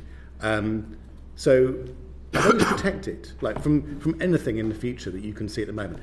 When you're horizon scanning? One of the things I don't do is, because what we get everyone wanting commitments on full protection on everything forever. I'm not going to do that. What I would say is, one of the questions I regularly ask people is, what is the most successful television programme in the UK? Day in, day out. Now, when Traitors does its business, we can beat it. When Strictly has a good night. But day in, day out, it's the regional 6:30 news. It is absolutely critical. And one of the balances we've got to have is between, obviously, I want to ensure we've got the right teams and the right people in place, but also we have invested in things like studios so that it looks, fresh, can present the stories. So we're trying to make more efficiencies in terms of technology can help us. And one of the things I'm really excited by is actually technology allows sometimes that disjoint between network level television and local television in terms of quality of the set or how it looks. historically there's been a dividing line. We can eradicate that. Now, to your question, we think they're utterly precious, and the teams, are doing a good job, and I'll stay there. I think I'll leave it there. The journalism is, it's more than just the half-an-hour programmes as well. It's the quality of the local and national. In terms of, and I'd include the nation where we. Yes, I suspect nations and regions. We may get to nations at some point, but I absolutely would include the nations in that. Are you still? You mentioned about local radio staff having to diversify. I remember when I was in the BBC, something called Delivering Quality First, which was a cuts programme. I remember it. It was extremely painful, and in that, nothing really changed. There was also a spark process as well, which meant that television people did radio and radio did television, all that kind of stuff. That also didn't work. Are you also making sure that regional, and people are going to hate me for this, but that regional TV staff in particular are multimedia, so do provide radio content as well? Yeah, one of the things I think is important is certainly from a journalistic point of view. I think it's a balance, if I may, because I think there's people who are, whenever you go, and you'll all have been to your local BBC office, you meet people who are just outstanding. No one in the world can do what they do. They may be brilliant engineers focused on television delivery, and they know more, and by the way, they save the licence fee payer money day in, day out. So in some ways, I don't need everyone to be multimedia. Yeah, we will have some specialists, not everyone. Yeah. But when you take journalists, when you take people coming through the system, you take young producers, I absolutely think we need to help them with the skills to go across media. I think that's going to be essential going forward. The other thing is, I think a good story should not be stuck in one media outlet. So if you've got a great scoop or you've got a really interesting story, why on earth did you? I mean, we've had this kind of, I'll go on the 6:30, but it's not online, or how do you pick stuff up from a breakfast radio programme and make sure it's online within minutes? These are the kind of things editorially I'm interested in, because it massively increases local engagement and reach. One final question, because I'll hand back to the chair. I'm conscious of time. Local democracy reporting and the services you provide, obviously top slicing from the licence fee. The salaries for those journalists are proving difficult to recruit talented people up and down the country because the salaries are low, right? Is there any move or thought to allowing more money into that scheme so that you can actually provide better? So we've got the 165. I'm aware of the but questions. The salary threshold is very low. Is lower. I haven't got any current plans in front of me. Can I just take that away and reflect on it? That'd be great. Thank you very much. Thank you. Yeah. Thank you very much. I do have a problem with this. It feels to me like you've taken a torch to what is a very delicate ecosystem of local news and current affairs. Bear with me as I kind of set out my thinking on this. Okay, so what you've done is taken away very valuable local radio coverage from some of our most vulnerable constituents, people who treasure it, people for whom it's a lifeline, it's a friend, it's a huge asset to their lives, and and in doing so, according to the RAJAR figures, your local radio listening is down 14% year on year. At the same time, you very proudly talk about your expansion into local online news. By doing that, by rolling out your 34 websites and 130 more jobs to deliver more regional news, you're delivering it in areas that are already covered by a lot of local commercial independent publishers, like in my area, the Portsmouth News, which have a website, who are already struggling because of the decline of local print media or print media across the board. So at a stroke, you're effectively blowing up the services, the local radio services that some people absolutely treasure. You're undermining the financial viability of some of our local independent publishers. And now, in the press yesterday, it talks about the BBC's proposing to carry advertising on some of its radio services. So effectively now coming out in competition with some of our local radio provision.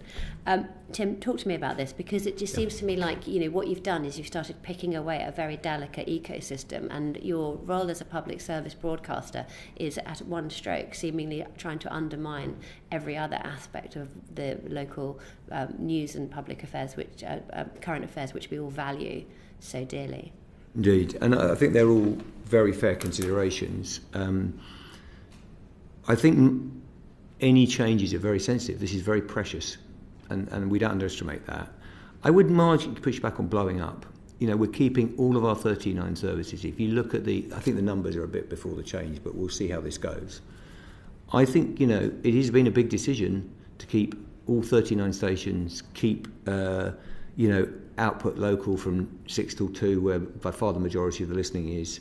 And then, the afternoons are still good radio shows, and we're doing 20 of them across the land in a way. Now, I'm not underestimating the enormity of this, but the idea we're blowing up the ecosystem, or my vision has been to collapse local radio, is just not true. The vast majority of our money, in these goes in our local offices goes to, and will remain. It stays in linear services, broadcast television, but the idea that and then we get to the second point. So, look, I think we've got to watch how we go. It's incredibly sensitive, and if people read it and understandably get concerned, well, this is just the thin end of the wedge, I understand that. Yeah, and I just think we have to see how we go. But also, local sports. I could go on and on about this. We don't underestimate the value of local sports coverage and all of that things. Those things that are critical. We're not blowing that up. That's the first thing I'd say. But I'm not being naive. I think there is pain here, and it's very difficult. The second thing is, I think, again, an area of concern, because personally I have always, and we'll probably talk about, I don't know whether we're going to talk DAB or whatever, but I am absolutely someone, and I think people know this, where the BBC's aim is not just to win share, it's to offer value for the licence fee.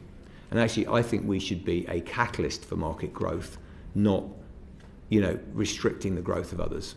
Yeah, I feel that very strongly, by the way. So with that in mind, there's two things. Which one is, I think it would be wrong to say to the BBC, well, you just sit on a declining linear radio market in your news, because there is no future that says, I love these services, but there is no forecast that says linear is going to grow rapidly or enable you to reach enough people to justify a universal broadcasting service without getting into online. So you've got to be there. The question is, in my view, is how are you there? And are you acting judiciously? Are you adding to the market? Now, obviously, we talk to the NMA, we talk to there's legitimate concerns about the BBC. What I would say is, we come in a spirit of partnership, so linkage, making sure we're linked out to other people. I think we should be talking about partnership with the local press, how we do that. I think, and you've heard me say it before, I think some of these things are structural. So if you look at the decline of local print, and I say this with heavy heart, in other markets where the BBC isn't present, look at the trend lines there, look at them where the BBC is. It's very similar. Yeah. So I think this is not the BBC causing this issue. And actually, if you look at the amount of journalism we're producing, it's often very, very different, or in a different level of coverage to others out in the market. So, but I would say we need to be driven by the data, and we should be concerned about it. Lastly, there's no proposal to put advertising on podcasts on BBC services. So the BBC services remain there. This is about when podcasts go onto third-party platforms where they normally have it, and we have this on whether on UK TV or whether you get BBC service on YouTube. Now, what I would say is that is being assessed at the moment. We're in preliminary stages, and clearly we don't want to be in a position where it negatively impacts the market in any way at all. So look, that's where we are. But if you are putting your podcast on a third-party service, not on a BBC service, that's not where we want to go. I mean, you're right that the local press has got dwindling readership. We all know that, but I mean, I just don't see how the role of a public service broadcaster to come out virtually in competition with their digital offer of local online news is going to make that better. What would your message be to some of our editors up and down the country who are just struggling with their readership and working hard to deliver an online offer? We should be actively discussing with the NMA, which we want to do and continue to want to do, in terms of how we can grow the market together. Yeah. I mean, I think this is often portrayed as a zero-sum game. My personal view is we've got a much bigger issue at play, which is the biggest threat is people disengaging from local news or going to hyper-local little networks. So actually those stories of towns holding, that's why we did the local democracy reporters were essentially about market failure regardless of the BBC, and they were at a gap that just wasn't being filled by anyone. So if you look at the market in the round, we've got a communal problem, which is how many people are going to council meetings, how many people are holding local leaders to account. Now, I don't see, with thinning economics on either side of the fence, how we can't be talking a bit more about partnership. So that's what we've got to do. But it is difficult. And look, traditional business models are under so much strain, and I'm very sympathetic to it. It's very difficult. And then when it comes to this story that was carried in the Times on Monday about the advertising on podcasts and on-demand radio shows, I mean, so this is advertising on public services? No, this is advertising on purely commercial offers that are carried out by BBC Studios. Is that what we're talking about? Yeah, it's not news and current affairs. It's where you do. I mean, it's similar to, in UK TV we advertise BBC content. Has got advertising around, but not on the BBC service. So it's a question of, if the market is all there, do you want to be there? And we need to consider it, but that's where we are. But this is content. This is content which has been put out on other BBC services. So how can identical offers be treated differently depending on the platforms that they go out on? How does that work? Sorry, help me understand the question a little bit more. So we were just it would be clearly signposted that this is from the BBC, but around it, as it's a platform that has advertising, it would be as per their normal. It's a bit like the UK TV operations. This is so on radio. You're seeing a BBC comedy, but it's clearly, and it's got a BBC production credit, but it's clearly in a commercial environment. And what's the Ofcom view on this? Have you had any conversations with them about it? I think we mentioned it in our latest update with Ofcom, and they will need they can look at it. Obviously, I think that's right, isn't it, Leigh? Yeah, I mean, I think the proposals are at a very early stage, and we'd absolutely expect that Ofcom would look at it under their operating framework, if it's necessary and material to do so. There's no sort of substance to the worries of the commercial sector, in that the concern that BBC could suddenly flood the market, drive down advertising prices. In a market. I think that, again, they're legitimate concerns, but I think they're unfounded in terms of when we look at the data. In terms of, I think this will be very marginal, and if anything, could help that hopefully grow the market, the advertising market, into quality speech audio. But let's, as we say, we're in early stages. Ofcom needs to take a look at it, and we go from there. Thanks. You said we may talk about DAB. We are going to talk about DAB. You talked about compromise, you talked about choices, so here's a choice. On the 7th of February, you announced plans for a new, distinctive, your words, DAB music stations, extensions for Radio 1, Radio 2, Radio 3. You said that it will be available on Sounds, and it will, quote, look to delve deeper into specific genres and periods of music with context, curation and storytelling done in a way only the BBC can do. And the consultation on that closes in a week's time. Not unsurprisingly, it has caused some interest. Radio Centre said these proposals are an attempt to directly imitate the recent success of commercial stations that already provide these stations following years of significant investment made by our sector. Boom Radio, very critical, asking listeners to write to us, to MPs, to complain to you and to respond to the consultation, saying that the new Radio 2 extension sounds remarkably like its own service. So if I may look at this with you, how do you respond then to criticism that you're creating new stations that encroach on what commercial radio are already doing? And when you're talking about compromise and choices, which Simon Jupp and the chair have just liaised with you on, taking away those services, why are you creating something new while taking away something that works? I'll kind of work my way through in terms of from the top, which is how we allocate our money, which is where can we get most value for the licence fee, to give that value to households and get maximum return from, and this is critical, not just delivering reach, but also doing things that only the BBC can do. All right? So that's what guides our decision making, no more, no less. Now, when it comes to the radio market, and I've been around this block a while, yeah, I know, and I think what's incredibly exciting about the radio market is what's been happening on DAB, which is actually the fact we've massively expanded the choice of radio stations on linear has been a fabulous success. And the reason I'm going there is because I think it's changed, consumer behaviour has changed so radically. So it's radical changes in the market. We've got vast amounts of stations now. We've got vast amounts of streams. Then on the side of that, we've got Spotify.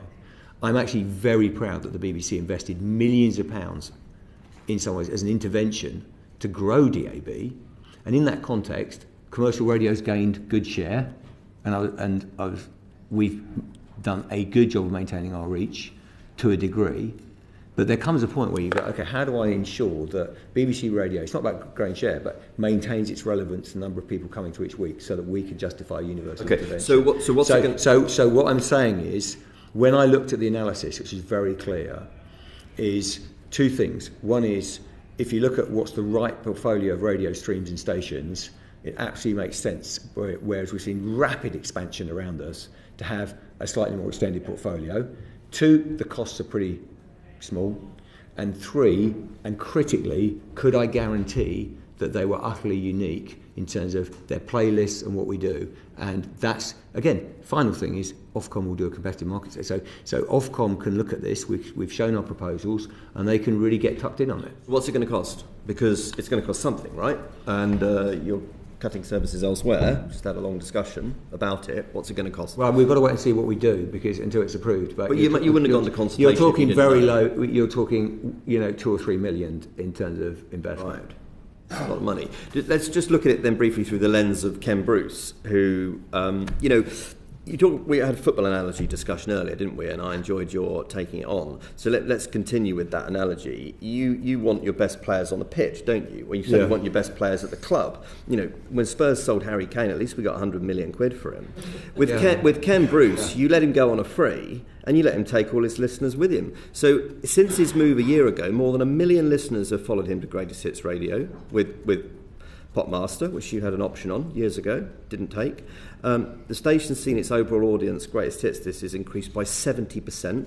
Ken Bruce had 8.2 million listeners on the biggest radio show in the country. Bernard Kay now has just under 7 million listeners. Ken Bruce wanted to obviously speak, and he did in a big interview in one of the Saturday newspapers earlier this month. He said that, you've subsequently said you were going to offer him a new contract, but 3 months before the end of his contract, nothing was coming. So it seemed, and he also mentioned, how odd it is that he had suggested years ago that you could cater to the younger end of the Radio 2 audience by doing something different and protect the golden goose that was what he was doing and Steve Wright was doing. You got rid of them both.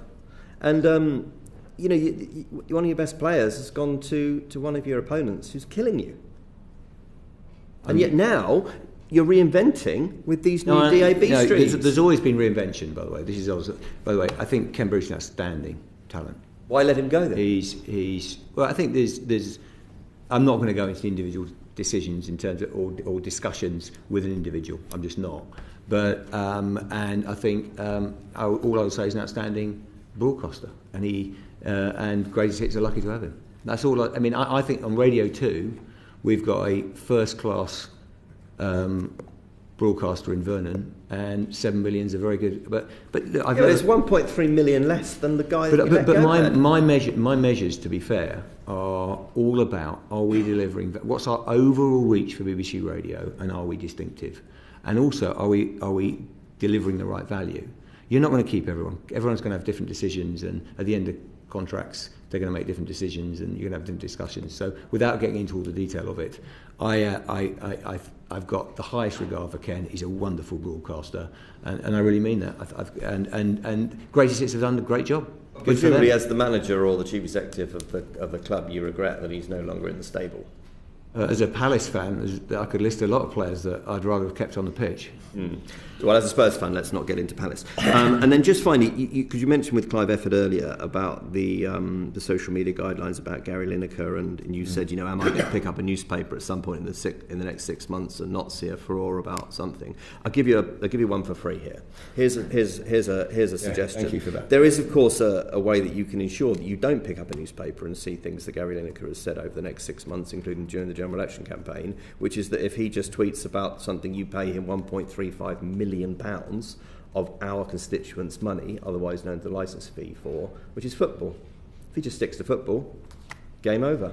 I understand, but we've considered what a appropriate set. I don't know whether you read the John Hardy review. It's a well considered piece of work, and I think we can go around the roundabout on that one. But we've made clear that we think for our flagship presenters, we're in a reasonable position. But if he just tweets about football, there wouldn't be a problem, would there? I think we've been clear about our social media guidelines, which is absolutely protecting the BBC's position, and that's what. I know you've gone head to head with him before, and it didn't end well. But I'm just saying, if he tweets about what you pay him a lot of money for, you won't have a problem. And I'm guessing morale in HQ is not great when there's a Gary Lineker story on the front page of the papers, because if that happens during a general election campaign, there are going to be lots of people with a lot less generous view to the BBC than us who are going to really use it to attack you, aren't they? It's very important that people stick with the social media guidelines and they're applied. I agree with you. Particularly going into an election, I agree. Let's hope they do. Chair? Thank you, Steve. Julie? Thank you, Chair. Equal pay. It's now more than 6 years since the predecessor committee started to look at this in the BBC.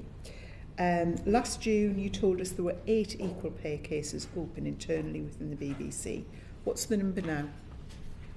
Yeah, so yes, that's correct. Last year we did say there were 8 pay cases, or equal pay cases. So we've currently got 17 pay cases open. So that's 1 in 1,000 employees. We have 17,000 employees at the BBC. Over the last few years, we've continued to have small numbers relative to the overall population of our employee base.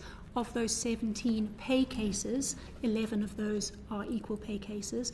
And the 8 pay cases that you've referred to from the last time we were here have all been closed. Were they settled in court, out of court, by negotiation? Did they cost money? We have a range of outcomes. Sometimes they are not concluded, and they're effectively the complainant will remove them. Sometimes they need to be settled. How many of those 8 were removed? I don't know the number. I was just giving you a range of options or outcomes that could happen. We may absolutely settle a number of them, and then some may end up in an employment tribunal. That's correct as well. So if we move on to, which has been mentioned briefly, the demise of the news channel last year. And I want to ask you this, Tim. At the time, I was fairly straightforward in what my view on that decision was, that it was a disaster. I would suggest that I've been proven to be right. It has been a disaster in terms of news coverage in the UK. The Nicky Campbell thing that you said was going to be the best thing that could happen, basically, paraphrasing, but we had a backwards and forwards on that, and I said, well, it's not news, and you said it was cut in October to half the time because it didn't work. But if we link this to equal pay and the position of women presenters, news presenters in your organisation, there are, I think, 5 been on garden leave for the best part of a year. I'm not sure exactly what those presenters pay. We know what pay ranges they're in. So we're talking about £1.5 million of taxpayers' money for really high quality news presenters. What's happening with those women? Where are they going to end up? Well, again, I remember our discussion last time we were here, and we are working through to reach a fair resolution, and I think that's what we're trying to do in terms of people applying for roles, getting appointed. So that's what I'm cautious because I obviously we're into individual cases, but clearly you don't want to be in a position where you're paying people who are not working. That is not ideal, far from ideal. So I think we're in a position where we're getting to a point where but they're not working through no fault of their own, through an organisational change that you decided on, you looked at. This didn't happen overnight. This would have been looked at for at least months before this happened. And yet we're a year on and these things still aren't resolved, which is not really a very good place to be. What's morale like amongst women news presenters in your organisation? Well, I think, again, when I get asked for morale, it's difficult because I think it depends on the individual and where they are in processes, and you can talk to different people within the newsroom who have different views. The women news presenters on that group. Programmes. Are you talking about that group, or yes. That specific group? Not just the women affected by this, but no, the women who present news programmes across your national output? Across all national output. Yeah, well, then I think you would be mixed. You'd have different views from different people. What I do think, and it relates to the comments that we had last time, which I took, it is not a good situation where you're paying people and you're trying to get that resolved. We are trying to get it resolved as fast as possible, and I recognise it's been going on for some time. Absolutely. I would suggest that morale from the people I speak to, and I speak to many of your women broadcasters, and have done for years now since this all started, because I think I'm one of the few people on the committee, John was here, who were involved when it all started. And I would suggest morale, it goes every month is worse than the month before, and I wouldn't have thought that was possible. So I think your view of it being mixed is not the view I get. But going back to this channel that replaced the news channel, if we look at what it's doing now compared to what it was doing when it started almost a year ago, it is doing more news than it was, I think, because it wasn't working. It was never going to work with the format you suggested. We've already been asked questions about this coming year. It's not just elections in this country. We've got European elections. We've got the American elections. There's elections. I've never known a year like it for elections. Inevitably, the news coverage will increase during that period, I would have thought. And I think we're looking at a programme that is shifting more to what we had before the 1st of April last year. And you've still got all of these women not placed. Do you think that's going to pose you potential problems? I think we need to resolve the last issue as quickly as possible. And I take your comments in terms of that has taken a long time to resolve.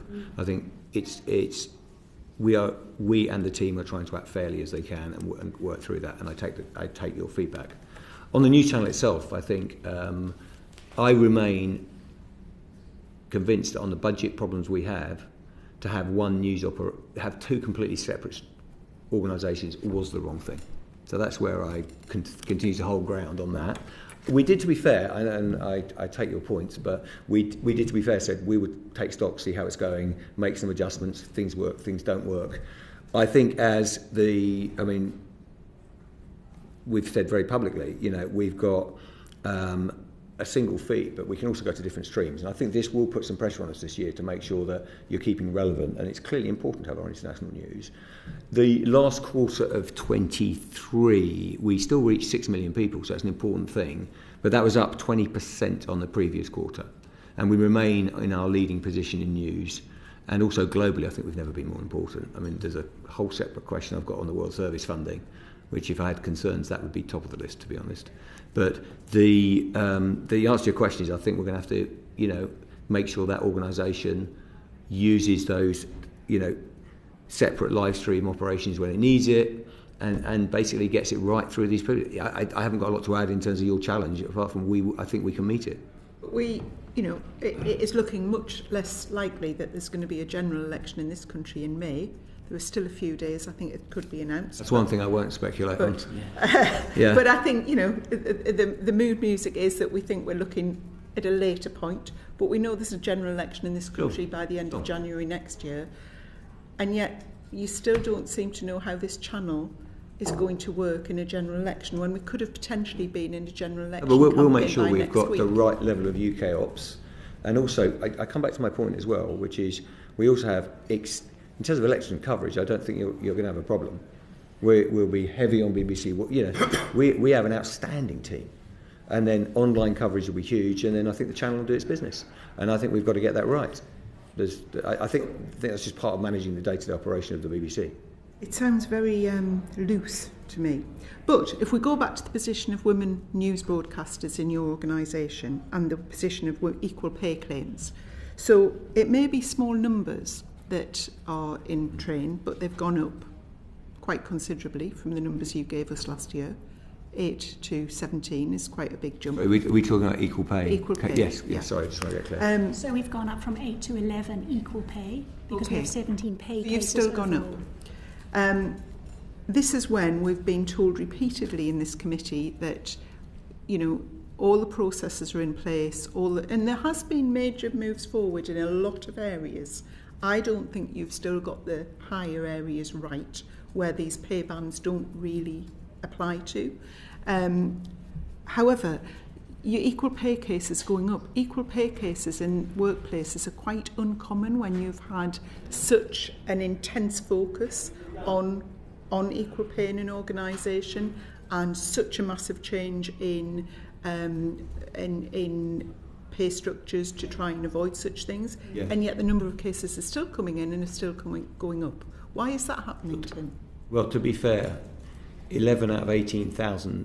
I just want to set that perspective because that is important. Every case is an issue. I've got it. You shouldn't be having any. But we should know. No, I understand that, and what the norm is, or what the rounding error of 1 or 2. I've got no idea what would in terms of how low you can. Can you get to zero? Of course, we should be trying to get to zero. I do think we've made enormous progress. To be fair, I mean, I think we have the pay bands now. I mean, we have structure. We have a really clear structure. Well, can I ask a question?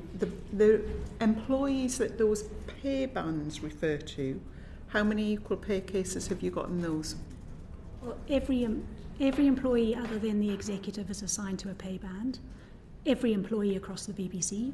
So including all presenters? Yes. So only the executive don't have a pay band. So all employees have a pay band. That career path framework is visible to all employees. You can see where you are in that pay band relative to others in the pay band. So the transparency that we've put in place is all the equal pay claims outstanding in those pay bands, or are some of them at executive level?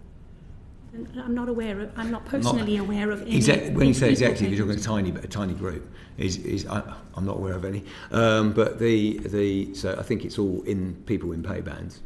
So the pay bands have now been there for 4 years, 5 years. How are you getting equal pay claims now, after 4 or 5 years of those bands being in place, and the amount of energy and scrutiny that your employees have gone under to make sure that they're in the right place in the right bands? How are you still getting equal pay claims? Well, I think in a large organisation with thousands and thousands of people, and we have 1 in 1,000 pay cases being raised, which could be a variety of things, they're not necessarily equal pay. So I think any organisation is always going to have a small number. I think it's really important that we manage the structures that we've put in place. We have to watch. So we have a number of additional things. So along with the structures, we have exceptions committee. So any pay award that's made out of alignment, whereas exceptions, we have senior leaders who review those and approve them. So we have monitoring at that level. It's also monitored at our REMCO, so our remuneration committee at board. So that's important too, that we have board oversight. We also do an equal pay audit, independent equal pay audit. So you'll remember we had the Equalities and Human Rights Commission work. This is exactly my point, though. You have all of these processes now. The organisation under yourselves and previous people who've been to this committee have had this under a magnifying glass for more than 6 years.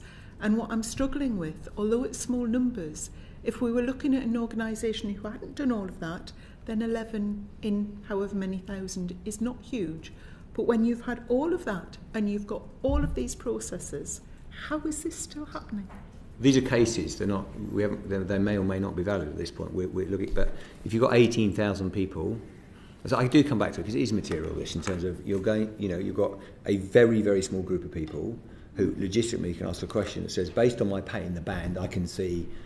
Is it due to gender in any way? So now, I don't believe we're in a position where we aren't. We are in a position where I believe we're delivering rationally equal pay now, flawlessly across the organisation. The 8 cases that are now settled one way or the other, how many of those were found to have a valid equal pay claim? I'd have to provide that information to you separately. I don't have right to Yes, of course, I'd be absolutely happy to do that. Thanks, Julie. Leigh, what's the gender pay gap at the BBC? Our gender pay gap at the moment is, in our last reported numbers, sorry, let me just remind myself, which was 22-23, the financial year, our median gender pay gap was 7.3%. How does that compare to the last 2 or 3 years? Is it getting better or worse? So we have seen improvements in the gender pay gap. As far as I'm aware, the lowest that we reported recently was at 5%. So that wasn't an increase. There are some really specific reasons why the gender pay gap will move in line with any of our other. Sorry, that wasn't clear. Is the gender pay gap today better or worse than it was 2 years ago? So my expectation is that we will see that pay gap around 7%, but it may increase. Yes. But as the figure you've just told me, 7.3% was it you just told me, is 7.3% gender pay gap higher or lower than? It is higher than it was reported in 21-22, so that was the comment I made. So in 21-22 we reported a gender pay gap of 5.9%, yeah. And in 22-23 we reported a pay gap of 7.3%. But there are really specific reasons why a pay gap will move, and I think it's really important that we understand that. Tim's talked a lot today about our apprenticeship program. Now, in our apprenticeship program, we will find across all of our pay gaps. So we actually report on all of them, not just gender. So we will report on other pay gaps as well.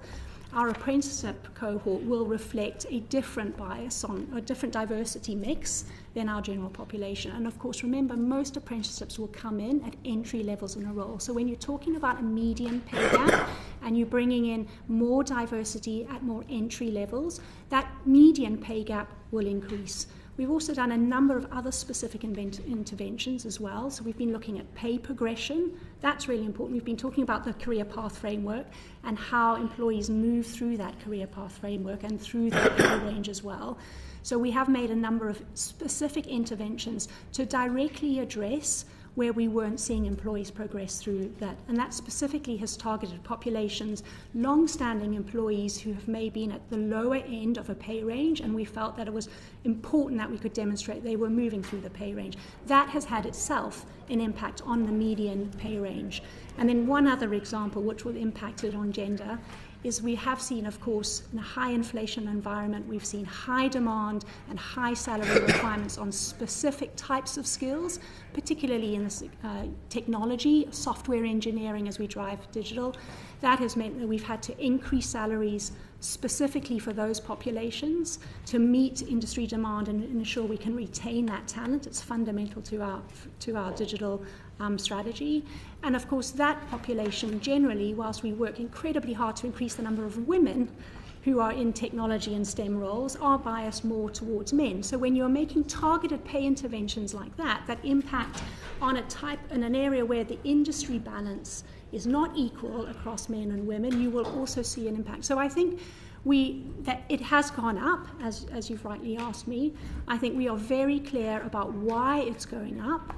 And that's really important, so we understand that. And I think the real question for us continues to be, how do we support apprentices and new people coming to the organisation flow upwards through the organisation, and of course move into more leadership positions, because that also impacts pay gaps. So the more senior mix you have in leadership positions as well, that will also support. So I think we manage it well. It goes all the way through our governance. It's regularly reviewed at our remuneration committee and oversight by the board.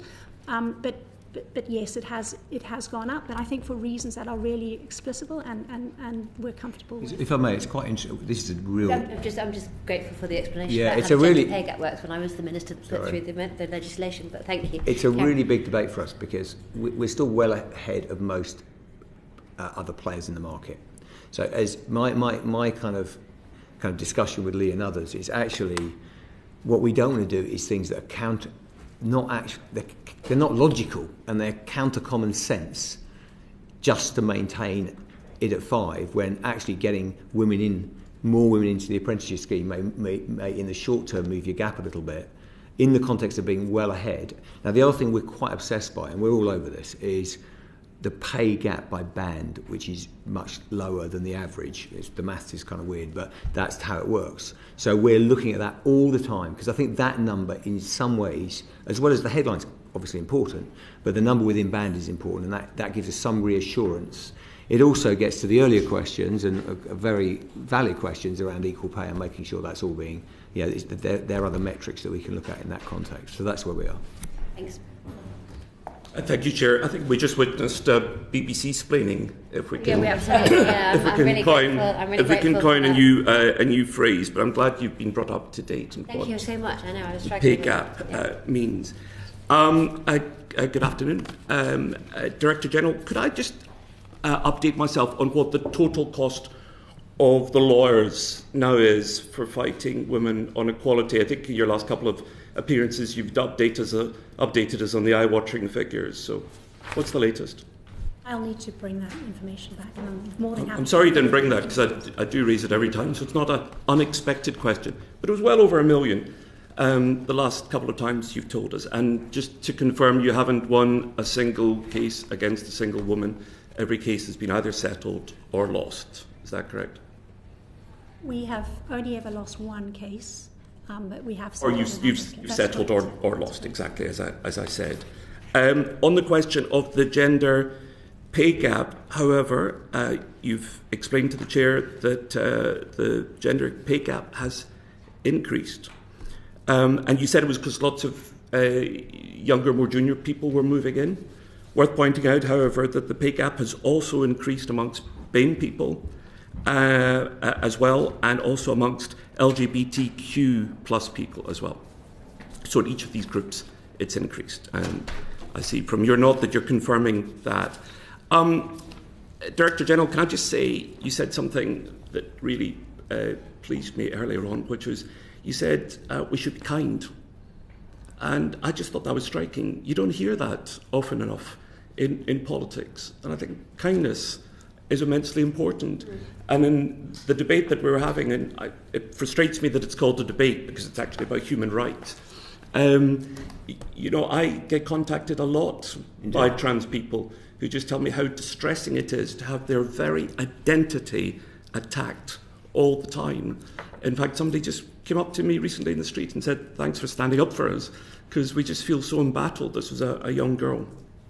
So I think it's worth remembering that there are people here, and they're not just political pawns. And thank you for acknowledging that. Thank you.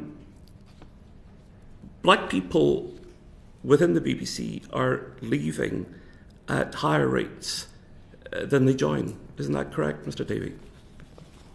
Have you got the? No, I haven't got the numbers in front of me in terms of BME departures versus hires. For fear of BBC splaining, can I give a little bit of context on that in terms of where I think we're at? Which is, I think when I set the diversity targets of 50, 2012, now 25, we can talk about the 25, that's socio-economic diversity.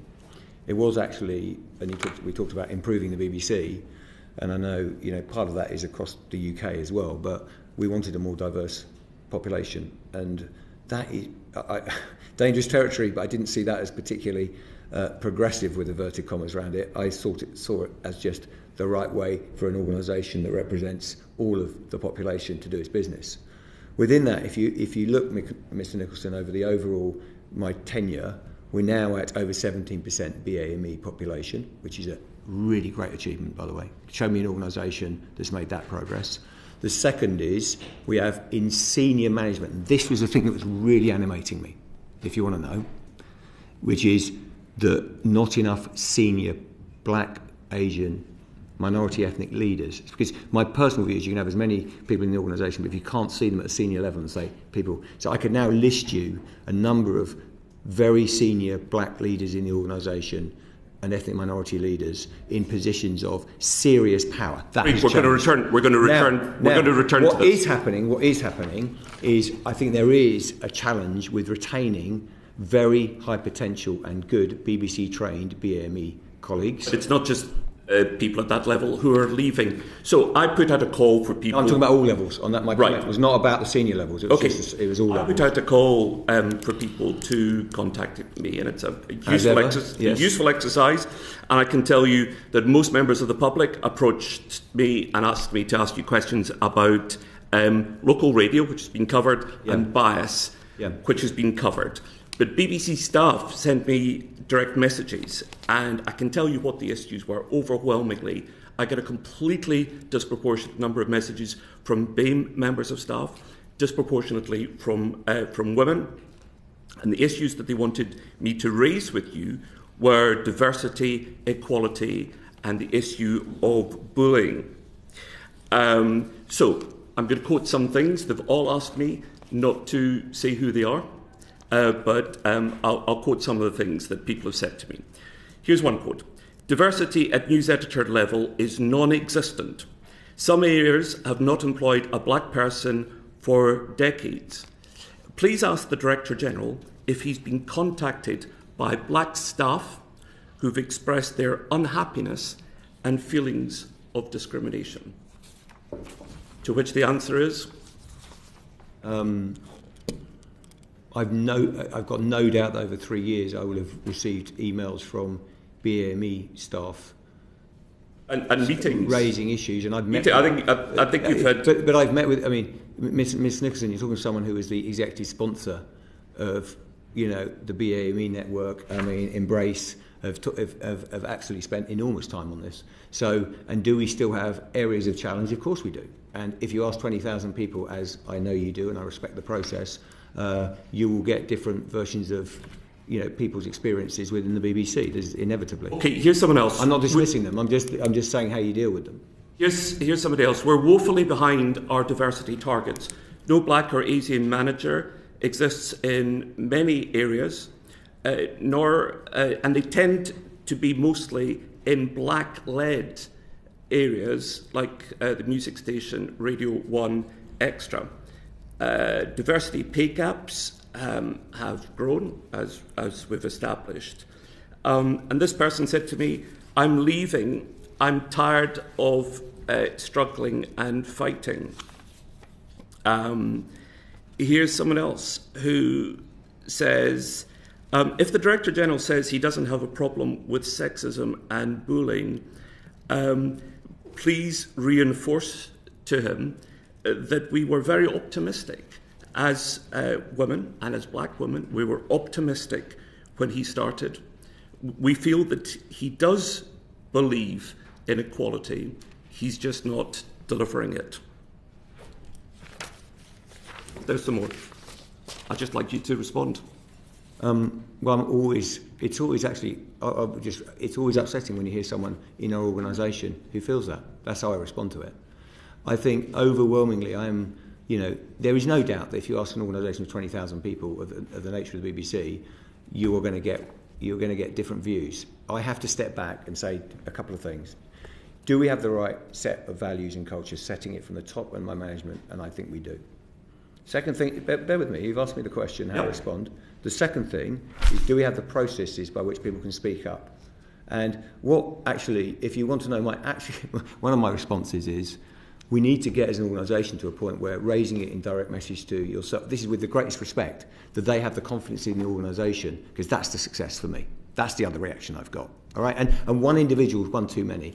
The next point, and then I'm done with my BBC splaining, is I would say, the point I would push back on a little bit is the number of black and Asian, British Asian, ethnic minority leaders we have. Chief Financial Officer of BBC Studios, Finance Director of BBC News, Head of Music across Radio 2, Radio 1, running the whole show, not just niche services. Fantastic executive. Head of Radio 4 and All Speech Radio. There's loads. I could go on, by the way. I could go on. There is loads of people now. Now, there are certain areas where I'd like to see better. And the other thing we've done is, for every senior manager, if I employed you, Mr. Nicholson, as a senior leader in the BBC, you are now assessed every year against your delivery against those targets.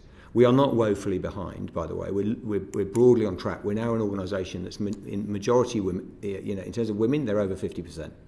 We're now at 17% and broadly on track on BAME. The number I'm most worried about is people with disability. That's the one that's hard to move. And on socio-economic diversity, we're at 21.1 in the last report, and I need to get to 25.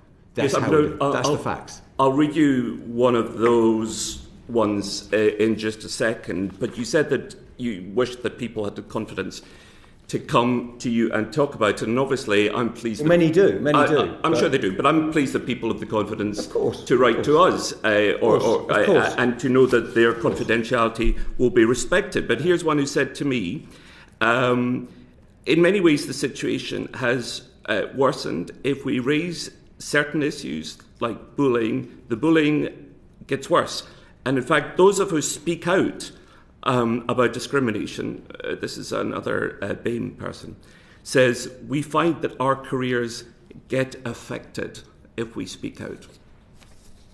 Yeah, well, clearly that would be totally unacceptable. So that person is, that individual we need to support, and hopefully they'll feel the confidence to come back and come into the system and get support.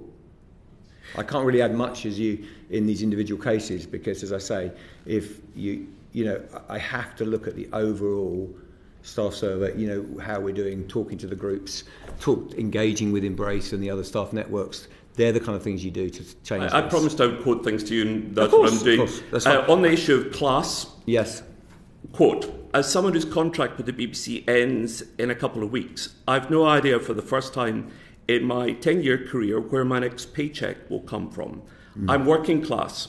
The media wasn't easy for me to get into. I don't have any safety net. It's scary to think that the media industry, especially the BBC, can be run by the elite who can take several months without work until the drought dies down. I'm not in that position. Yeah. I think there's a big industry problem here. And I think if you haven't read the Bechdel report on freelancers, by the way, I really recommend it. It's a sobering read. 68% of freelancers aren't in work at the moment. This is really worrying. And to your point, I think that really puts pressure, particularly on people without the obvious. But if you're a young person and you're able to live at home or you've got more resources. So I think things are stacked against people in a way that is problematic, just being very direct with you. So I care about that, and it's difficult. The thing the BBC is doing is it is trying to be a supportive employer. Frankly, I think the BBC is at the good end of the market in terms of being supportive of people. We have a raised network where we talk about it. Certainly, I don't consider myself and the senior executives to come from backgrounds with silver spoons emerging from our mouths. I really don't think that's the case. And we've also, if I may, we're one of the only organisations. I mean, there's a handful that have set a socio-economic diversity target. If you're interested in this area, and that's been punchy. So we've set the target. I think if I was prioritising the issues, though, I'd go on the wider industry. I think how we support all those workers. It's always been an industry in certain pockets, not so much in journalism and your background, but in producing in dramas and others, where it can be quite a transient, slightly exposed lifestyle in terms of where you get your next work from. I think there is some pause for reflection for the industry to think about how we navigate the next. Two programmes I care about a lot in particular. One's Newsnight, which I worked on. The mood is bleak in Newsnight, and the other one's The Nine, because I argued very strongly for a separate Scottish Six, and The Nine was the consolation prize. Everybody knew at the time. Put it on that channel at that time of night. Its viewing figures aren't going to do well. When you wanted to defend the programme, you argued on a corporate basis it was doing incredibly well and doing much better than Sky. And then when you wanted to get rid of the programme, you said it's not doing at all well, and therefore we've got to get rid of it, all of which was very, very BBC. I'd like at this point to say, incidentally, that one of the stars of the show, Nick Sheridan, young broadcaster in his early 30s, died tragically. Indeed. And I'd like to offer my condolences to him and his partner. And thank you very much for that. He was an outstanding colleague, and I know he'll be sorely missed. And I know you've been. I wish I'd known him. I've seen his videos playing music, and he just seems like just the nicest. He'll be sadly missed, and I appreciate the words. Kindest guy. Very much. Two just very quick questions before I finish, because we're out of time. At Newsnight, the staff at Newsnight think that you're getting ready to cut them by another 10 minutes down to 30 minutes. They're already feeling very depressed about the programme. They miss the filmmaking. Programme's not what it was. Is that true? Are you going to do that after the May elections? It's not a plan. It's not a plan that I've got in front of me. No, I mean that's for the news and BBC One and others to propose if and when. But that's not a plan I've seen. On the issue of being kind, are you going to bring Hugh Edwards back? I'm definitely, I'm not going to comment on an individual case. You know that, and I think all I would say is we've just got to get through the process fairly, with the right values and. He's done anything wrong that I can see. I'm not going to be. I'm not going to talk on the specific. It's in his contract. It's in his contract. He gets to present the elections. I know you're in a bit of a state, worrying what you're going to do at the next elections. Do you bring him back? Probably not. But what do you do about his contract? You don't have anybody else lined up. You're thinking about all sorts of different people. I don't recognise for a minute being a bit of a state. I mean, I might be in I might be in a bit of a state on a few things, but that ain't one of them. I tell you one thing. I don't know how. I don't know. I don't. I will. Look, I think everyone realising that realises that. Working through the process fairly and judiciously is the right thing to do, and not comment on individuals in this way. And that's got to be the right thing. Talking about kind, that would be the kind thing to do, I think. Well, I just want to express support for Hugh Edwards, because I can't see what he's done wrong. I know this is in his contract, and I know that he's going through a difficult time in the public eye, and I think he deserves support from colleagues and ex-colleagues, which I'm giving him here. Chair, thank you very much indeed. Thank you, John. And last but not least, Alex. Thank you. I'll probably be short as we're already into PMQs. We're in the midst of a inquiry into film and high-end television at the Select Committee, so it'd be remiss of me not to ask you a couple of questions to aid our inquiry. We've seen that the independent film sector in the UK is growing but struggling. We've just had the really welcome intervention by the Treasury of the new tax credits for smaller films under 15 million budget.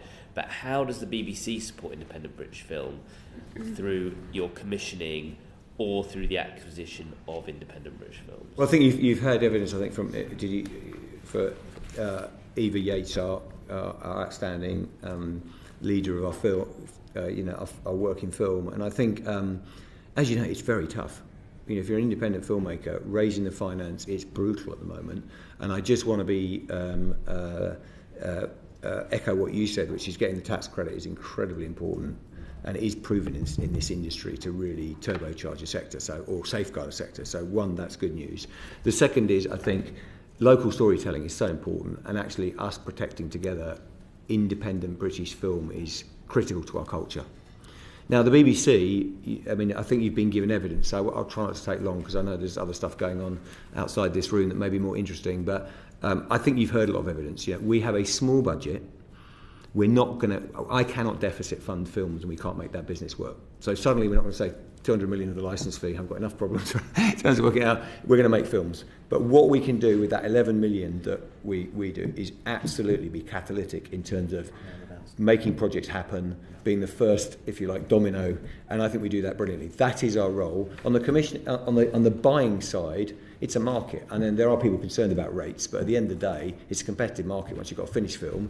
The problem is, I think, really about getting the financing at the front end, and that's a really deep problem. And the BBC can play its part. It can absolutely be part of. I think if you go to investors with the BBC attached to a film, it can absolutely help. That's our role. That's our role, as opposed to deficit financing where we just can't.